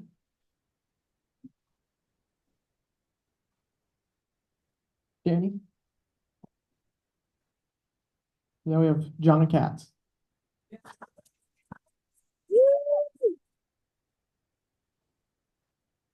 Thanks, Sam. So I think everybody knows me, who's been here for this meeting so far. I've been the president of this club for about 8 years now, since Trump was first elected into office. And before that, I served as an ADEM since 2011. I was recruited to do that by Ben Allen, who was not yet a state senator. During that time, I focused on a lot of things that are important to our party. And I really appreciate everybody in this club going along on the ride and all the stuff that we've done at the national level. Here in Santa Monica, in the last election cycle was one of my great moments of pride. I also spent last year working on Prop 33 as the volunteer director. We have a lot to do at this moment. We need to be a very strong presence of a party, not a weak party that defers to Trump, but pushes back on him, and to do right by our neighbors who have lost everything in these fires. We must be climate champions. Thank you. Sam? We have Eric Mathos. Sam, just 1 second. I just want to let you know that Julie Good Stromberg is. evening, Santa Monica Democrats. Oh, Patricia, what were you asking? I wanted to let you know that Julie Stromberg is in the room now. So when you're done with everybody else, you can go back to her. Okay. thank you. Good evening, Santa Monica Democrats. My name is Eric Mathos. I use he, him pronouns. I'm a proud member of the Progressive Slate running for re-election to represent 8051 to the California Democratic Party. I'm a renter. I'm a West Hollywood planning commissioner, and I grew up in the Central Valley with a single mom. And it's through that lived experience that I became a Democratic activist. That's why I'm here today. What does an ADEM do? A lot of you may be wondering. We go to Sacramento and we push the party on endorsements, on rules, on endorsing legislation. And why is that important? It's important because right now we have an administration at the federal level that is pushing back against our shared California values. It is time for us to have the party fight back. We stand up, we fight back, we're Democrats, and we're gonna have this group of people go to Sacramento and represent our shared values, progressive values, at the state party level. So I implore you all, vote for the Progressive Slate. We have a flyer going around that has the registration link. We hope to get your support.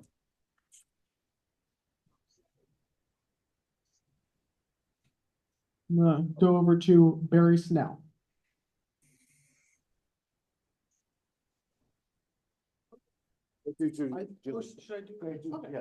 All right, Julie, go ahead. Oh, hi. Is this for Julie? Hi, good evening, Democrats. My name is Julie Stromberg, and I'm a proud member of the Progressive Slate. I would be honored to have the opportunity to represent you at ADEM for Assembly District 51. I'm a mom. I'm a civil rights and education attorney and a climate action activist. My top priorities are climate action. What we have seen recently speaks for itself. And I'm sorry, can you hear me? I'm just getting a text that no one can hear me.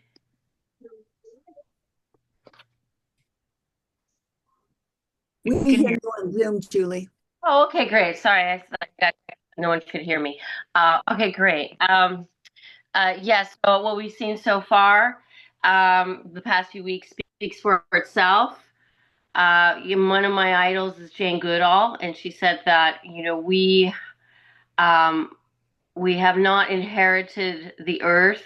We have borrowed it from our children, and we have done a terrible job at leaving the earth in a state that is good for our future generations, and I want to change that.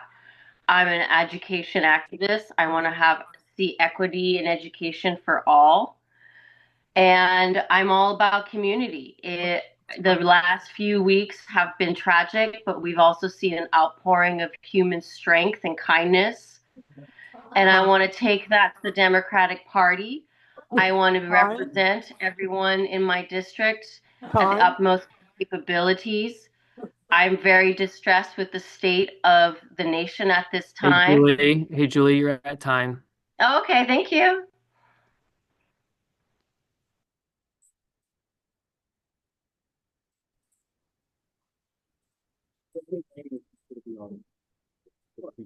But not right now, though? Yeah, Okay. we can get it at the end. I'd like to welcome Barry Snell. Thank you.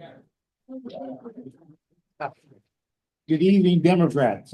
This is my fourth time being on the ADEM progressive slate. I've cared about progressive values from the time I was Democrat when I was 18 years old. And I think this is more crucial now than ever that you have a strong slate, individuals that know how to push our democratic values, the policies that I have been advocate about, education for all, housing for all. I'm a renter. I've been at this game for a long time. I'm currently a city council member. I spent 10 years on the college board, 4 years on the school board. I care about moving people forward. I'm about service, and this is the best way to be able to do it. I'm part of a slate of incredible individuals, so hopefully you'll support us. This progressive slate is going to be strong and push the values that are needed for our community and for our country. Thank you.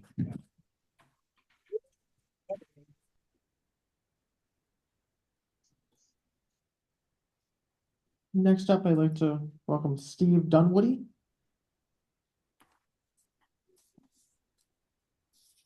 Okay. Then Robert Lemons.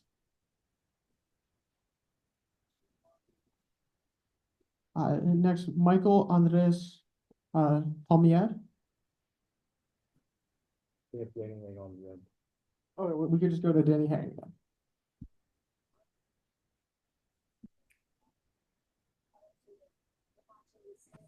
Danny, are you with us? Hi, good evening, Democrats. My name is Danny Hang. I'm the recently elected member of the West Hollywood City Council. I am so proud and blessed to be running on the 8051 progressive slate. I am the son of both immigrant parents from the Vietnam War who fled to America. My dad was a union worker for over 30 years and instilled union progressive values in me. My mom was a small business owner. So I grew up understanding the value and importance of union work, labor work, as well as our small businesses. I am the first API member elected to the city council in West Hollywood, and I am the only person of color. I want to bring diversity, equity, and inclusion to our city. I also want to build more affordable housing in our city. We are lacking housing in West Hollywood. I want to work with my colleagues to bring in more units of affordable housing in our city. We have a housing shortage all over California. I want to cut the red tape and get more housing built in our state. Oh, thank you, sir. Thank you, Danny.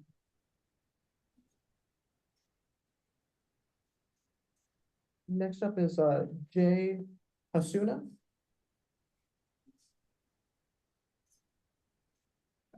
And lastly, Jeff McMullen.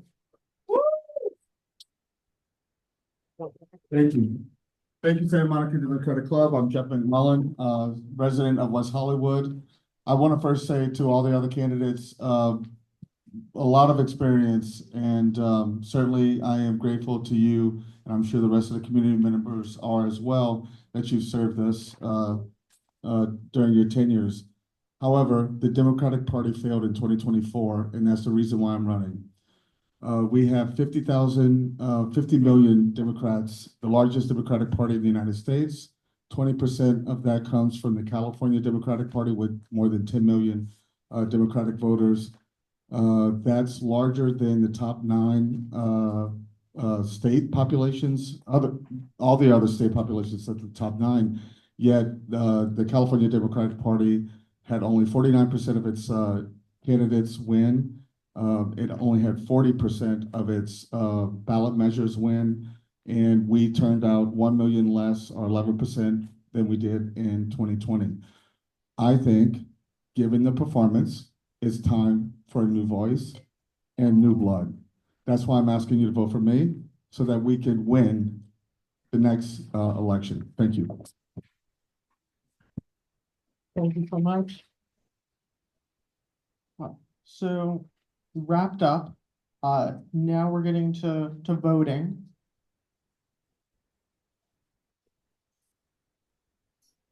Can you grab the bring the laptop back over? Okay, thank you. Thank you, Sam. Thanks all the candidates, including myself.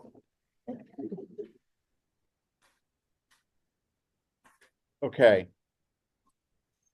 So we have a couple of open matters here to figure out. We've heard about our candidates for SMC. We've heard about our candidates for ADEM. And nothing about our club bylaws requires us to make endorsements in either of those races. So we wanted to, the board has not made any recommendations for either of these. We want to leave it up to the membership. So in order to even have a vote to endorse in either of those races, someone from the membership would have to suggest that, and then we would discuss the idea. Carolyn, yeah. Well, what are you moving? Because for College Board and for ADEM, okay, hang on, there's a second from Susan. Okay.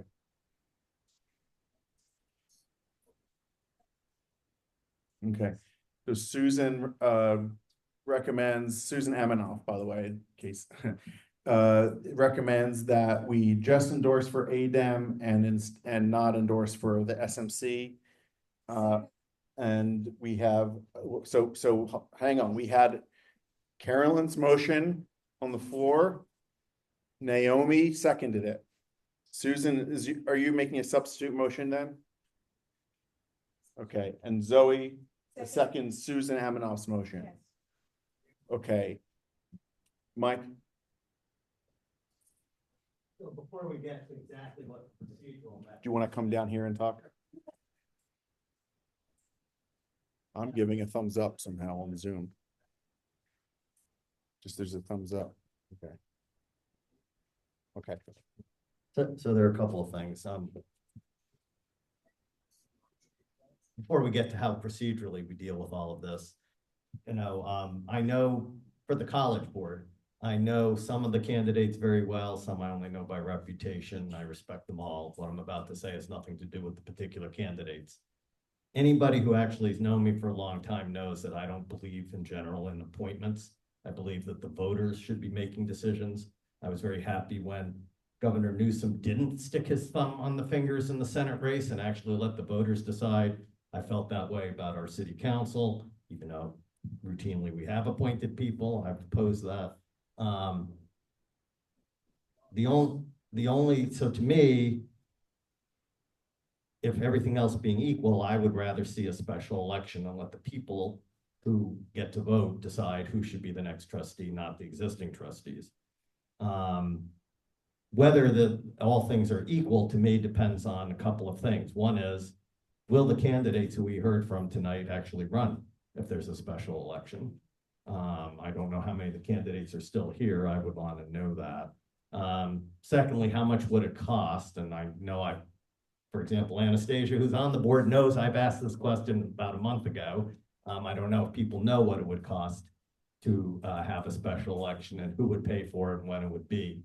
But I don't know if we can have some discussion of that, but if not, I'd like to see us also vote on the question of whether we ought to have a special election. And if they don't do that, then who we should support. So that may be a third thing here. And I don't know what that means procedurally. I do think that nobody's disputing we should vote on the ADEM. So maybe we ought to have a separate motion just doing that. And then we can work out what we're going to do on the College Board. Okay. So let's figure out how to do this. One idea, if it's friendly to Susan and Zoe, would be to split these two decisions in. So your substitute motion would become, we vote on the ADEM. We have a vote on that, so presumably we'll all agree on that. And then we would then go back to the original motion, which is, should we also vote on college? And then when we get to that motion, we can discuss Mike's idea to also ask about whether we want to have a special election. So is that friendly to the maker and seconder? And Zoe? Okay, so in that case, let's have a vote first on the substitute motion, which is that just a yes or no, should we endorse in the ADEM election? So if the answer is yes, please raise your hand. This is for any member of the club. can vote in this question. No, this is a procedural, yeah. This specifically on this procedural question, any member of the club can vote. Okay, so I'm seeing 6 virtual hands. And I'm seeing 13, I believe, John. could very well be 9. I'm not seeing virtual. I'm not seeing it. Some people are raising their physical hands on the Zoom. You might not be counting them. Okay, so Patricia, you count on there. I'll look in the room. Okay, 6, 7, 8, 9, 10, 11, 12. I saw another one a minute ago, 13. I got you, Hera. Okay, we have 33 here. And 13 here. I saw 14, but maybe. You saw 14? 14. I think so. 33. Okay. So we'll add that up and now. I do see one that I didn't see before, so. Okay, so we'll call it 36. Okay. No, I mean 46, sorry. Okay. Thank you. It's not a math contest. And anybody who opposes the motion? Sam? Okay, with 1 no vote. Any abstentions?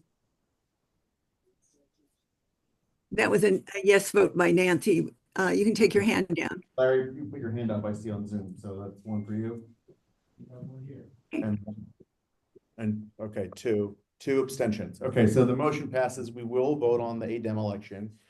Now let's go back to the original motion, which is whether we want to vote on the college board race as well. And then now, Mike, do you want to propose a substitute motion now to the original motion, which would say we would have a vote on SMC? Okay, great, understood. Okay, then we'll do. There won't be a substitute. It'll be a sec. Okay, okay. So hang on. I'm going to come to every question. So what we're going to do.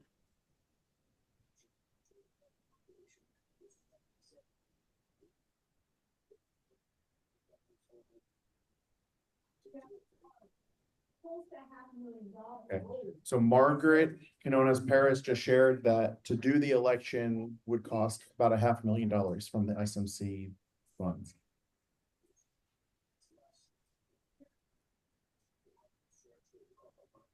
Okay.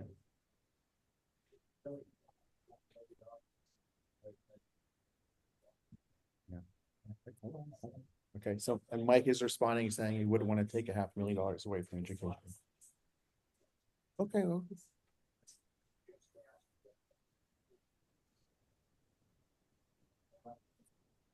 So, The thing is, I understand your opinion, but right now the college, we're not. I know, but I'm saying, during that post-Congress. Margaret and Mike are talking about here. I don't need the microphone. So Margaret and Mike are talking about the cost and the possible benefits, and it seems like Mike is agreeing that that would be too steep. That's what I'm hearing.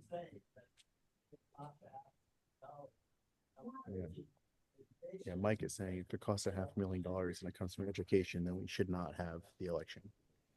Okay, thank you. I'm coming to you in a moment. Zoe, Sam, you had your hand up. Did you have a comment? Yeah, I'm certainly vote for ADEMs. Yeah. The thing is, I do vote for the substitute motion ADEM alone and not Santa Monica College. That was where I confused. So we voted to have the ADEM vote. That's happening. Well, that was the previous vote. Then now we're discussing whether to endorse in the SMC appointment. Zoe, and then Craig, I'll come to you next. Mr. Snail and I had a conversation at the Kamala Harris event on the debates, and he said that it was $200,000 that the election cost when it's held in San Monica. Zoe is saying, sorry, I'm repeating to the Zoom. So Zoe is saying that Barry thinks the 200,000 is the actual cost. And Barry corrected, said that's an estimate, 200 to 250.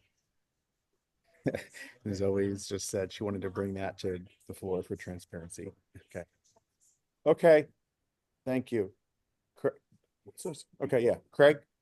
Me, I'm totally, not familiar with any cost. What I am familiar with is we devoted something like 20 to 30 minutes listening to people, Mm-hmm. Seeking endorsement. Obviously, they feel a 7% amount of Democratic endorsement is valued. And otherwise, I don't think people would have showed up, for this. So with that being said, I don't see what the cost would be for us just to come up with an endorsement of those that have more or less spent their time. So Craig is making the case that because so many people can't spend their time and energy to speak to us, that we should consider the endorsement for that reason. Okay. Any other discussion, or should we have a vote on whether to vote on this? Hey, John, there's a hand on Zoom. Thanks. Hello. So you're saying we should have the vote? Okay. And well, it doesn't matter. You made the motion. So actually, okay, that motion that you made, Susan, is over with because we changed it to be about ADEM. So now the original motion, which was Carolyn's motion, is whether we should have the SMC endorsement, and that's what's on the floor right now. So if the equivalent would just be voting yes on Carolyn's. And Okay. John, it looks like Donna G wants to speak to the motion. Go ahead. Hi, I just want to say too, I think it was promoted not only to the candidates who spoke tonight, but I think to the rest of us that there would be voting tonight. Yeah. And I think because several of them did come and made the presentation asking for your endorsement, it would be appropriate for us to do that voting. That's basically what Craig was saying. And just to clarify, since I was the one who Sorry, I couldn't hear. I don't think we on the Zoom could hear. Of course. Yeah. So I was the one who wrote the email, so I know the language specifically because we knew we were going to be asking this question, was that we would consider whether or not to endorse in this election. So, but point is understood, and I think that there's so I'm going to go to Jerry and then Barry. Go ahead. Well, John, I think it's very important to endorse. Jerry Rubin is saying we should endorse. There's a special election or an appointment, just to put it out there. Because Great. I understand we've done appointments before for city council for a number of things, and with the budget the way it is, I would trust it either way, but I think it would be good to endorse. Okay, so Jerry supports it. So let's only add a comment if you have more. Go ahead, Barry. Go ahead. Barry speaking. Yeah. And I'd like to know from the candidates from college also, would they suggest running 2 years from now? But we didn't have an election in college this year, and that was a concern for me. So you're asking specifically, will they run again? Yeah. That would they be interested in running in 2 years, but didn't have an election the last time? Okay, so let's ask that to the candidates who are here. Basically, Barry's asking, will you run for a full term in 2026? So I see Patty's here and Kira, Louise, obviously.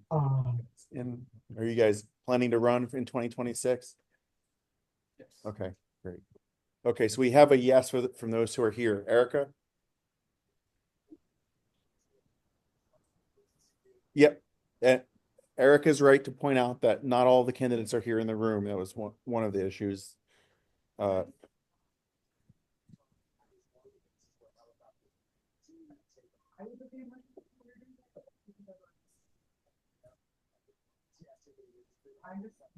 We've already voted to endorse in the ADEMs. So now, Carolyn, who made the motion to endorse in the college race, withdrew that, but Susan, who made the motion not to endorse in the college race, has put it back forward. Right? And it's been seconded by Barry. Okay, hang on. So we have we've had a lot of discussion on this. We have a motion and a second. We're going to take a vote right now right, everybody, we're gonna take a vote right now. Hold on a second. We're going to take a vote right now. Should we endorse in the SMC race? This is not who, this is should we endorse in the SMC race? Let's decide that right now. So if you're a member of the club, if you think we should endorse in the SMC race, raise your hand right now.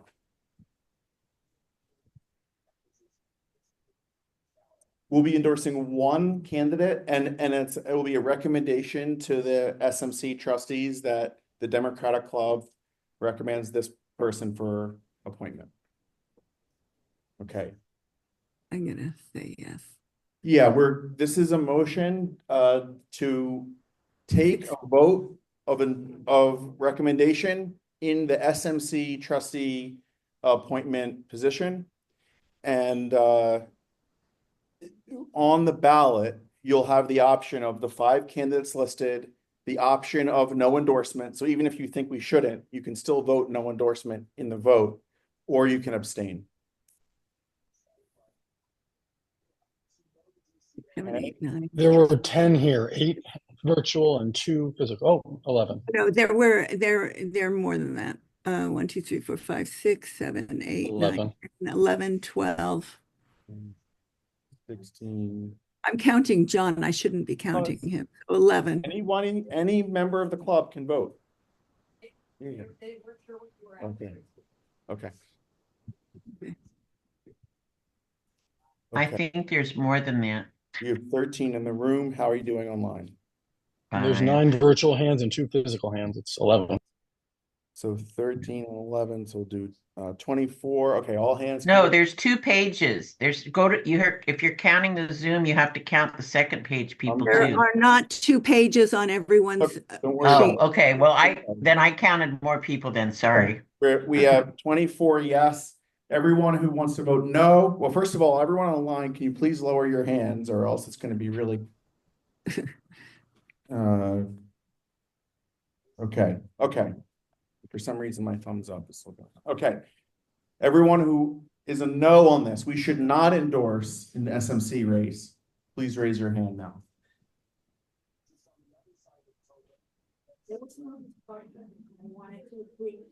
We can still have a discussion on the candidates. This is just whether we're going to vote. Okay. Okay. It's undemocratic. We have 15 in person. How many online? 1. It appears to be 1. Okay, so we have. And by the way, for those in the room, I just saw on Zoom chat that folks. So candidate Dr. Gunn just commented in the Zoom chat that she would run if there an election was held.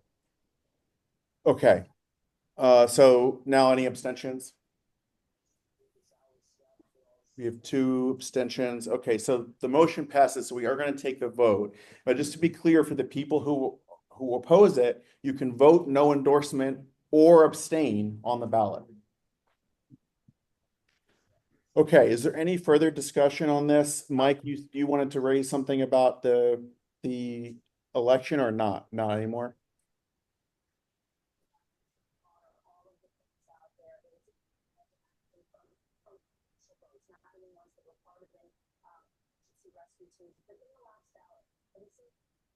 Can you hear me online? Yes. Okay, good. Thank you, everybody who signed up for the meeting ahead of time. Please keep doing that. Thank you, everybody who heard what I said earlier and has seen me in the back. We've gotten a lot of new people voting. If there's anybody who thinks that they're entitled to vote, but they didn't sign up online, you are not going to get a ballot. So if there's still anybody in that category, please come see me, or if you're online, email me at mike.soloff@gmail.com so that we can make sure you get a ballot.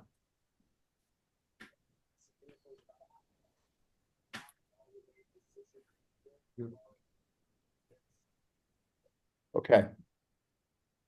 So we're now going to proceed to the ballot. So what's going to happen is everybody who is a member in good standing will receive an email shortly I wanted to take a moment to thank Jennifer Kennedy, who is running the election for us. Since I'm a candidate on the ADEM, I can't run that. So she's behind the scenes working with Mike to pull this off. So Jen, are you ready to go? And John, I Yeah, want, just like John, just give me like 1 minute. Okay, great. Thanks, Jen. and Okay. John, I also want to thank Sam for introducing the candidates for the ADEM. Thanks, Sam.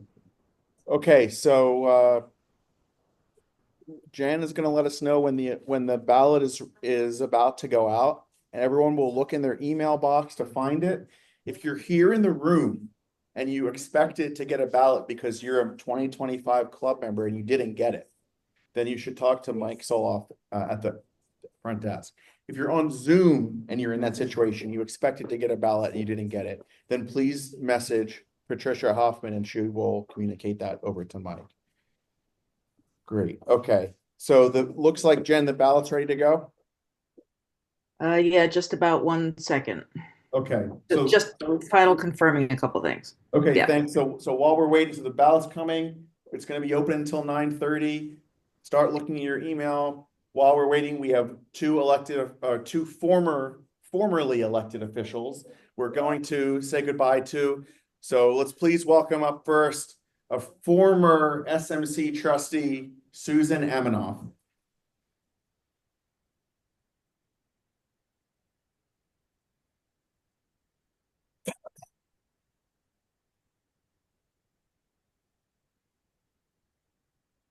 Yeah, you're good. Part of the audience is over here. Good evening, everyone, and thank you for honoring me in this way. Spent 20 years as a trustee, and it was just an honor. I love the college. Just as a professorial type of thing, in 1960, Jerry Brown's father created the Master Plan for Education. I'm gonna sit while I talk to you. That's okay. Yeah. Do you want to sit back there at the table? Yeah, maybe, yeah.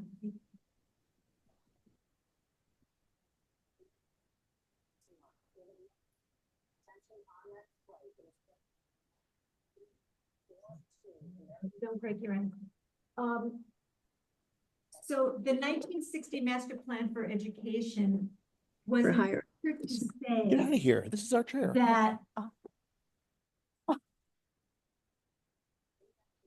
that the University of California shall be available to the top 12% of graduating high school classes. And then the next 20% of the high school graduating class shall be eligible for Cal State, but the community colleges shall be available for anyone who can benefit from an education. So that's what we've done. And the community colleges are the workhorse. Did you want to add? I see that you, okay. So the community colleges are the workhorse, and we have 1.2 million students in the system, and the community colleges, there are 72 districts and 116 colleges. Now, for those of you who have been Santa Monica and Malibu residents and have supported the bonds, you will see when you go to campus today that a lot of construction has taken place in the last several years. And pretty soon we will be opening the math science complex, and there will be a planetarium available to the entire community. Also, you will see a building going up on Pearl Street, and that building is the that's the math science. And then on 14th and Pico is a huge art complex, and that will be available to the community as well. So there will be community classes as well as 4 credit classes there. Thank you for supporting the bonds through the year, and the college is just a magnificent place. Thank you.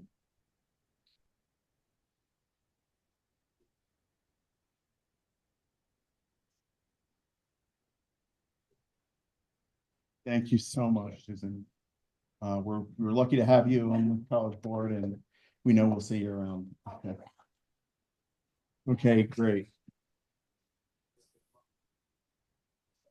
And next up, of course, we're pleased to hear from former mayor and council member Gleam Davis.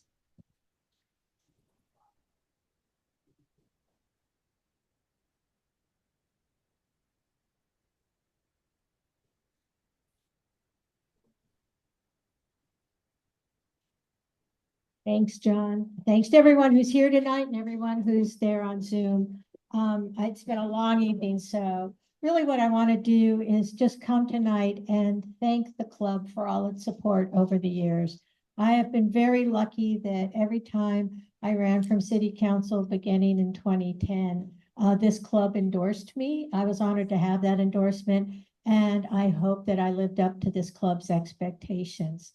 Yeah, I've been a Democrat, I say, since I was 12 years old, when I began stuffing envelopes for RFK Sr., not the junior, in 1968, when he was running for president. And, you know, it's been a journey. Progressive values have always been important to me. I'm the product of a home that was not wealthy. I was only able to go to college because I got a full scholarship. I was only able to go to law school because I borrowed myself into the deepest debt I could ever imagine. But what's important to me is that this community here in Santa Monica retains what I think are the values that make this country great. That is inclusivity, that is fairness, that is the right of everyone to have basic needs met. Housing, medical care, food, a quality education, thanks to people like Susan Amanoff and many other people in this room. And so when we give people the opportunities like that, they will thrive. I do want to give a special shout out to the leadership of this club. We've had some difficult elections recently. I'm trying to erase 2020 from my mind. But it was the hard work of people in this club that really turned things around. And so we now have what is truly a progressive city council that is prepared to do the work that this city needs to do to move all of our lives forward. So anyway, I just really want to say thank you for your support, and I look forward to seeing you all soon. Thanks.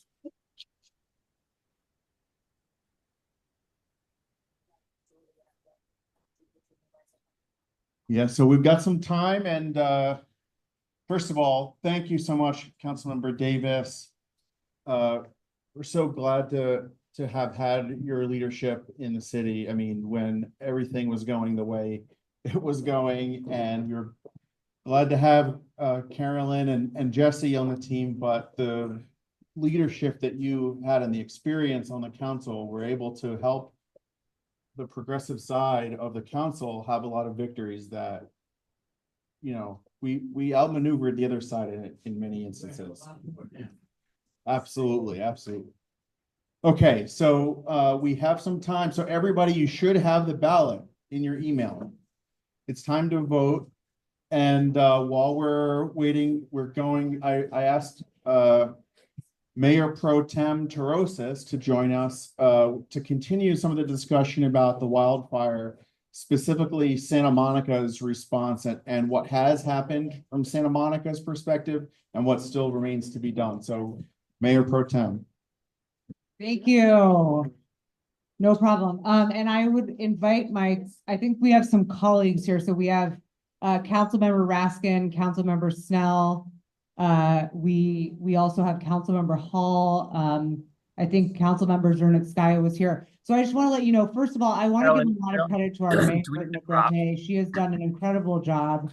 I don't think anyone expected that, 1.5 weeks into, or 2 weeks into being mayor, that this was going to happen. But I think many of you know, several of our residents were evacuated for an extended period of time. There's still some ongoing challenges with the water supply in the very northern border of Santa Monica. If people are having issues with LADWP, we have a direct contact. I'm absolutely happy to facilitate answering any questions that you have. Those would be the individuals that are right abutting the canyon.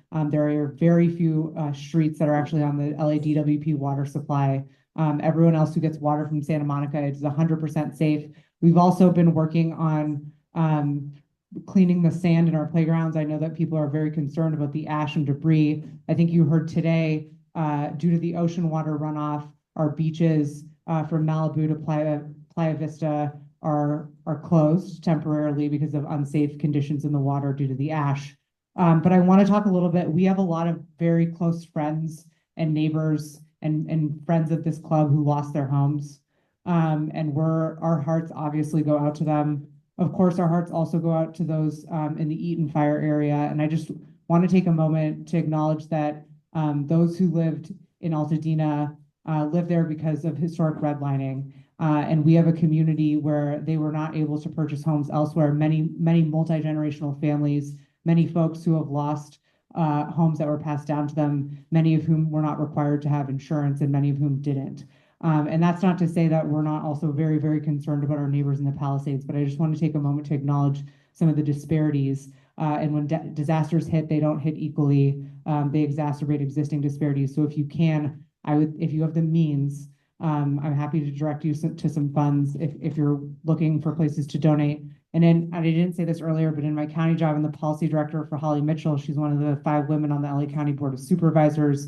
And we are directing some of our county general fund money to go directly to impacted residents, workers, and businesses. And when I say workers, I want to take a moment to talk about who makes our economies great. It's workers. And we have a lot of workers who were in our care economy, who are in our outdoor open air economy, and people who are undocumented. And those people, many of them, and we know this because we've been at the disaster recovery centers, won't even walk into the disaster recovery center or give any of their names because this issue with Trump is compounding the fear that we are seeing in our communities because people do not want their name, even if all you need is an ITIN number in order to sign up for disaster unemployment assistance or disaster CalFresh. People do not want to be anywhere near the government. So we at the county are really trying to deliver direct cash aid and prioritize people who will not get that cash aid elsewhere.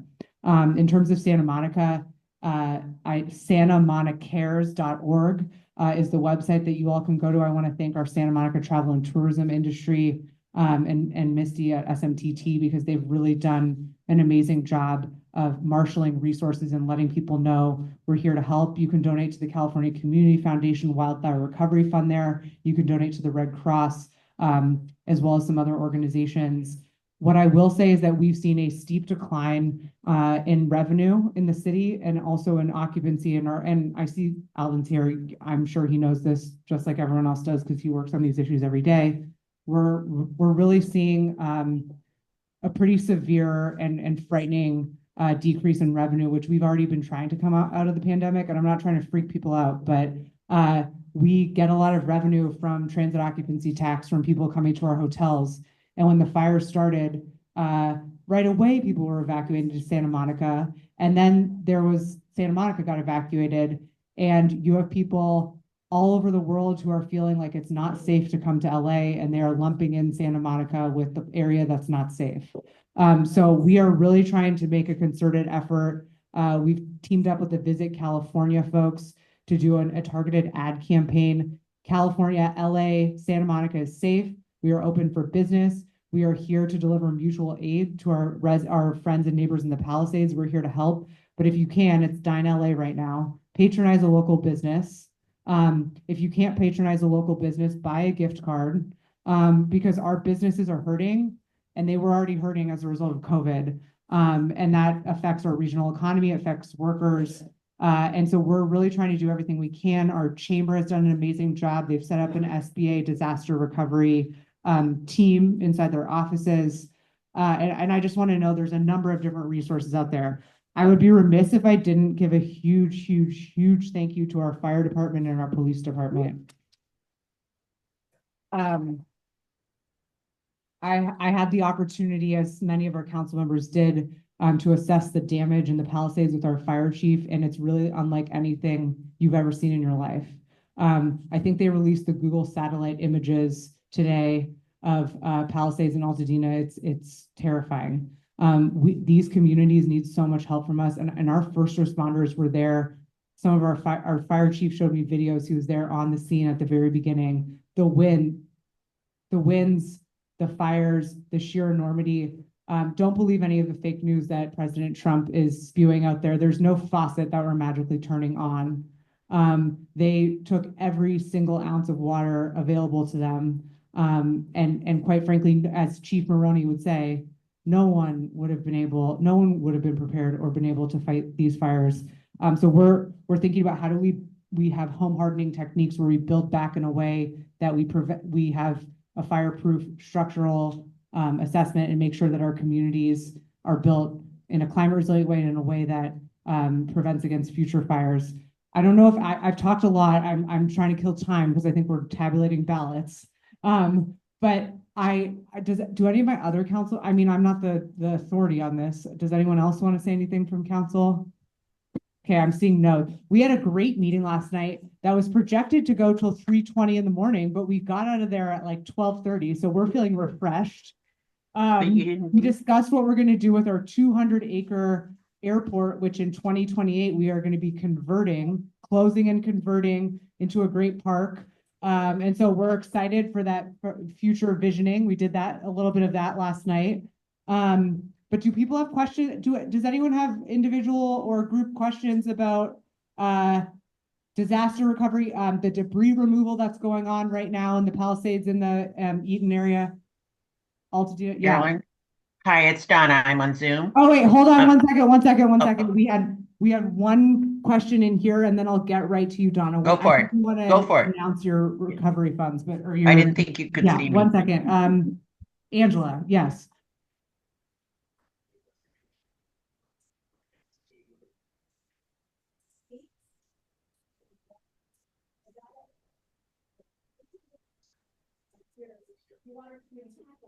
I mean, so Brett, feel free to answer that, but I will. Well, so Santa Monica has its own water infrastructure, its own water filtration system. I get my bill from Santa Monica. Almost all of you in here probably do. We have been assured they have tested it. Sunny Wang has been out there. It's 100% safe. If you feel like you need, I mean, I'm happy to give your address to them and say what's going on at Angela's house, but theoretically it's 100% safe. 1 second, Craig, there's a question on here Donna has. Hi, a couple of things. I just want to say there's a difference between the news people keep saying the beaches are closed. The beach itself is open. It's the water that you can't go in, but our beaches are still open and safe. And the other thing I want to just add, another really good resource, when we first started being concerned about all of the jobs lost by labor that you're mentioning in the Palisades, the gardeners, the housekeepers, the nannies, these are all people who cannot collect unemployment. And as Carolyn said, many of them, because of the fear of what's going on nationally, they won't come forward. There's a really good nonprofit organization that's been around over 40 years that's doing incredible work, reaching out to find people jobs and also getting people who were living in the Palisades who employed many of these people to also recommend them. It's called onevoice-la.org. Onevoice-la.org. And I recommend highly that you look at their website.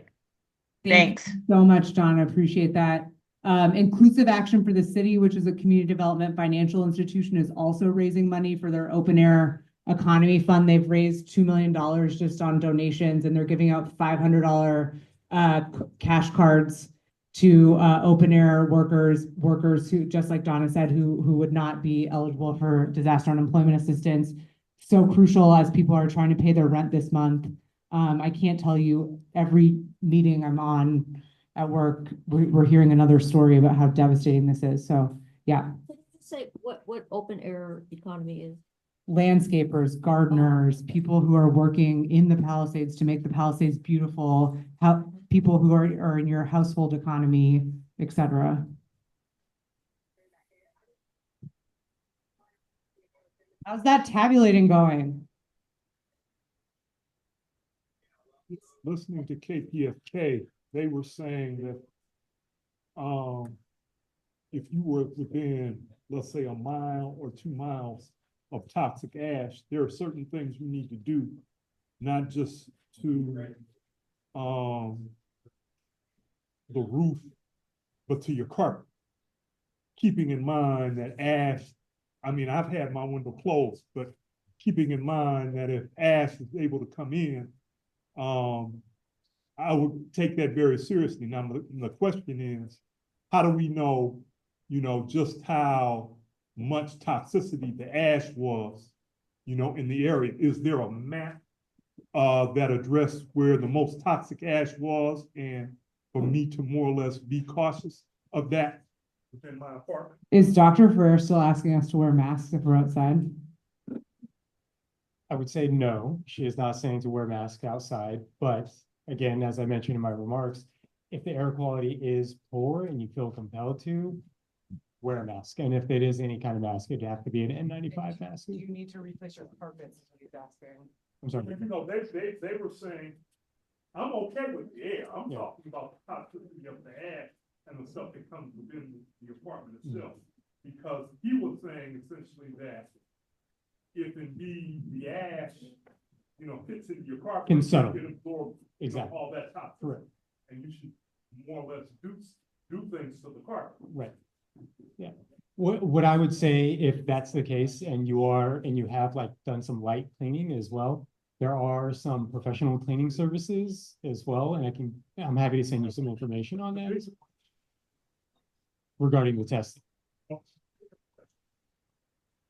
most toxic place of the ash, and the area, they said within a mile, and you should do something within 2 miles. Probably shouldn't worry as much within 3 miles. You may not worry at all. Correct. So I'm trying to figure out where the most toxic ash would be, if indeed that's known. Yeah, I think at this point that is not, I would say as well too. I think that there are many different county departments, federal and state as well, that are going to be looking into this as well. And I think DTSC from the state level is going to be looking into some and doing some testing as well. Thank you. Yeah, not a problem. You wanna- You're the Hey, authority, not let's, me. Heather, you want to ask your question? And then here, let me take that. Yeah, I had a similar question to that, and I'm really glad that you brought that up. Um, I've been wondering about if anyone's considering the long-term cancer risks. I know there was a train chemical spill that happened in Ohio, I think East Palestine, where the residents are still having to deal with that, and they're having health issues that have started cropping up. So I'm wondering if we have any indication that we might be seeing something like that in the future. Also with the water quality, I live in West Hollywood, and so we had the Runyon Canyon / Sunset Fire that happened right north of us. And I've been concerned about that, with the water runoff, from the fire retardants that were used, if that's gonna maybe trickle into our water that we're showering with and all that. So I'm just curious if anyone has any answers or thoughts to stuff like that. So with regards to the first question regarding long-term health impacts, at this point, I would say no, we don't know. It's relatively soon as well. And, these are the kind of things that can pop up 1, 2, 3, 5, 10 years later as well too. As I said earlier, I would say that the department is committed to studying this and advocating for the kind of studying. Also, we are going to be pulling in and partnering with many different state and federal organizations and departments to make sure that that studying is thorough and exact as well, and we know exactly what's happening too. Regarding the runoff, what I will say is, I don't know the exact situation, or exactly where you live and what exactly that runoff, potentially look like.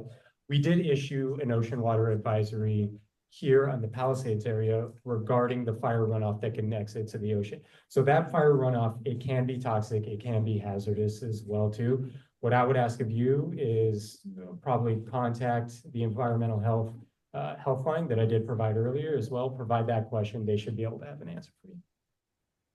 Okay. Because if I can just add, I think that anecdotally there seems to be a lot of confusion around these issues, and I wish that there was like greater transparency or like a more consistent messaging from either the city or FEMA or someone, because we've kind of been told like, oh, the water's safe to drink, like you're good unless you're in the Palisades or in the fire areas. But I mean, just again, anecdotally, I had a pet goldfish that I've had for years that died immediately, like when it was exposed to the tap water for the first time. So, and I put the conditioner, I'm real careful with all that.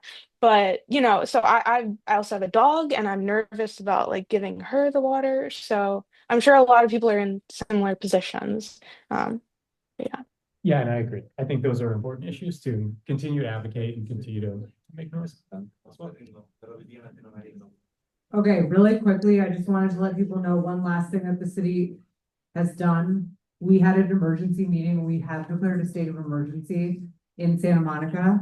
And a few things that are novel about that. We've already actually had 2 elementary schools that were completely burned down, reopened in Santa Monica from the Palisades.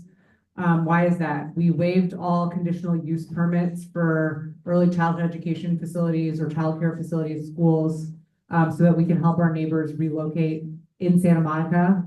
We also waived those requirements for 6 months for businesses that were burned down that would like to come and relocate in Santa Monica, trying to leverage some of our vacancies in our commercial property. There are several other schools, including Palisades High School, who are looking at land in Santa Monica to relocate. So that's something that we've done. Additionally, you might have heard there were several apartment complexes, including a 500 unit, a rent controlled apartment building that burned down in the Palisades.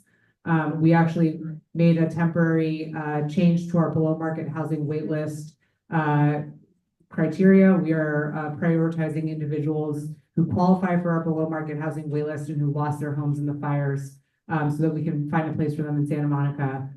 Just trying to make it as easy as possible for our neighbors. We're all LA County, we're all here together. And again, just reach out if you or anyone that you know needs help or needs answers. So with that being said, oh, Angela, are we ready to vote? Oh, come on up. I would love it if someone else would like to make an announcement. I think there were some council members who want to talk about policy apparently that we're not able to. Council Okay. members are gonna talk about policy, someone might have. I'm ready to leave. Here you go. I did not bring up these cards, so I'm not taking credit for this, Yeah, but. Make sure you keep yourself in the frame here. Huh? You Oh, come on and talk. Yeah. I said, who brought this up? Thank you. Here you Okay, go. Here you okay, go. thank you. All right, well, I'm glad Angela wanted to talk about what I wanted to announce. So I have 2 things, 2 announcements. With everything that's been going on, we're getting back to some of the other work of the club. So I'm going to talk about 2 things very briefly. One is about legislation. It's going to be very important this year. Either step backwards. Oh, so they see me. Okay. So the legislative committee is starting up. We will have our first meeting of the year next Monday. It was delayed because of the fires. But we're going to have important work to do. First of all, advocating for things that California can do in this current climate, and also things that we can oppose, because we know, especially at the federal level, there's a lot to fight against. So we are going to start that on Monday. And then the other thing is, in response to the incoming administration, we know that many people in the community are vulnerable, and especially the immigrant community. So I brought in these red cards. They're at the table over there, and Angela is showing it. I guess she was familiar with these already. But immigration, many groups give these to immigrants. They tell them their rights if they're confronted by any immigration authorities. So, and I printed out some papers about how to use the cards. But basically, for someone who is confronted by an immigration authority, either at work or at school, or even if they come to your home, they have the right to not say anything, and just show them this card. And this card asserts their right to remain silent, and advises them of their rights under the Constitution. So it's very important, and you can give them to your friends, colleagues, neighbors, people that you may employ, anybody who might need these. I'm gonna bring them to every meeting, so if you ever need some, you can take them, and if you want to take the papers there that show how to use them, there's an explanation. Barry?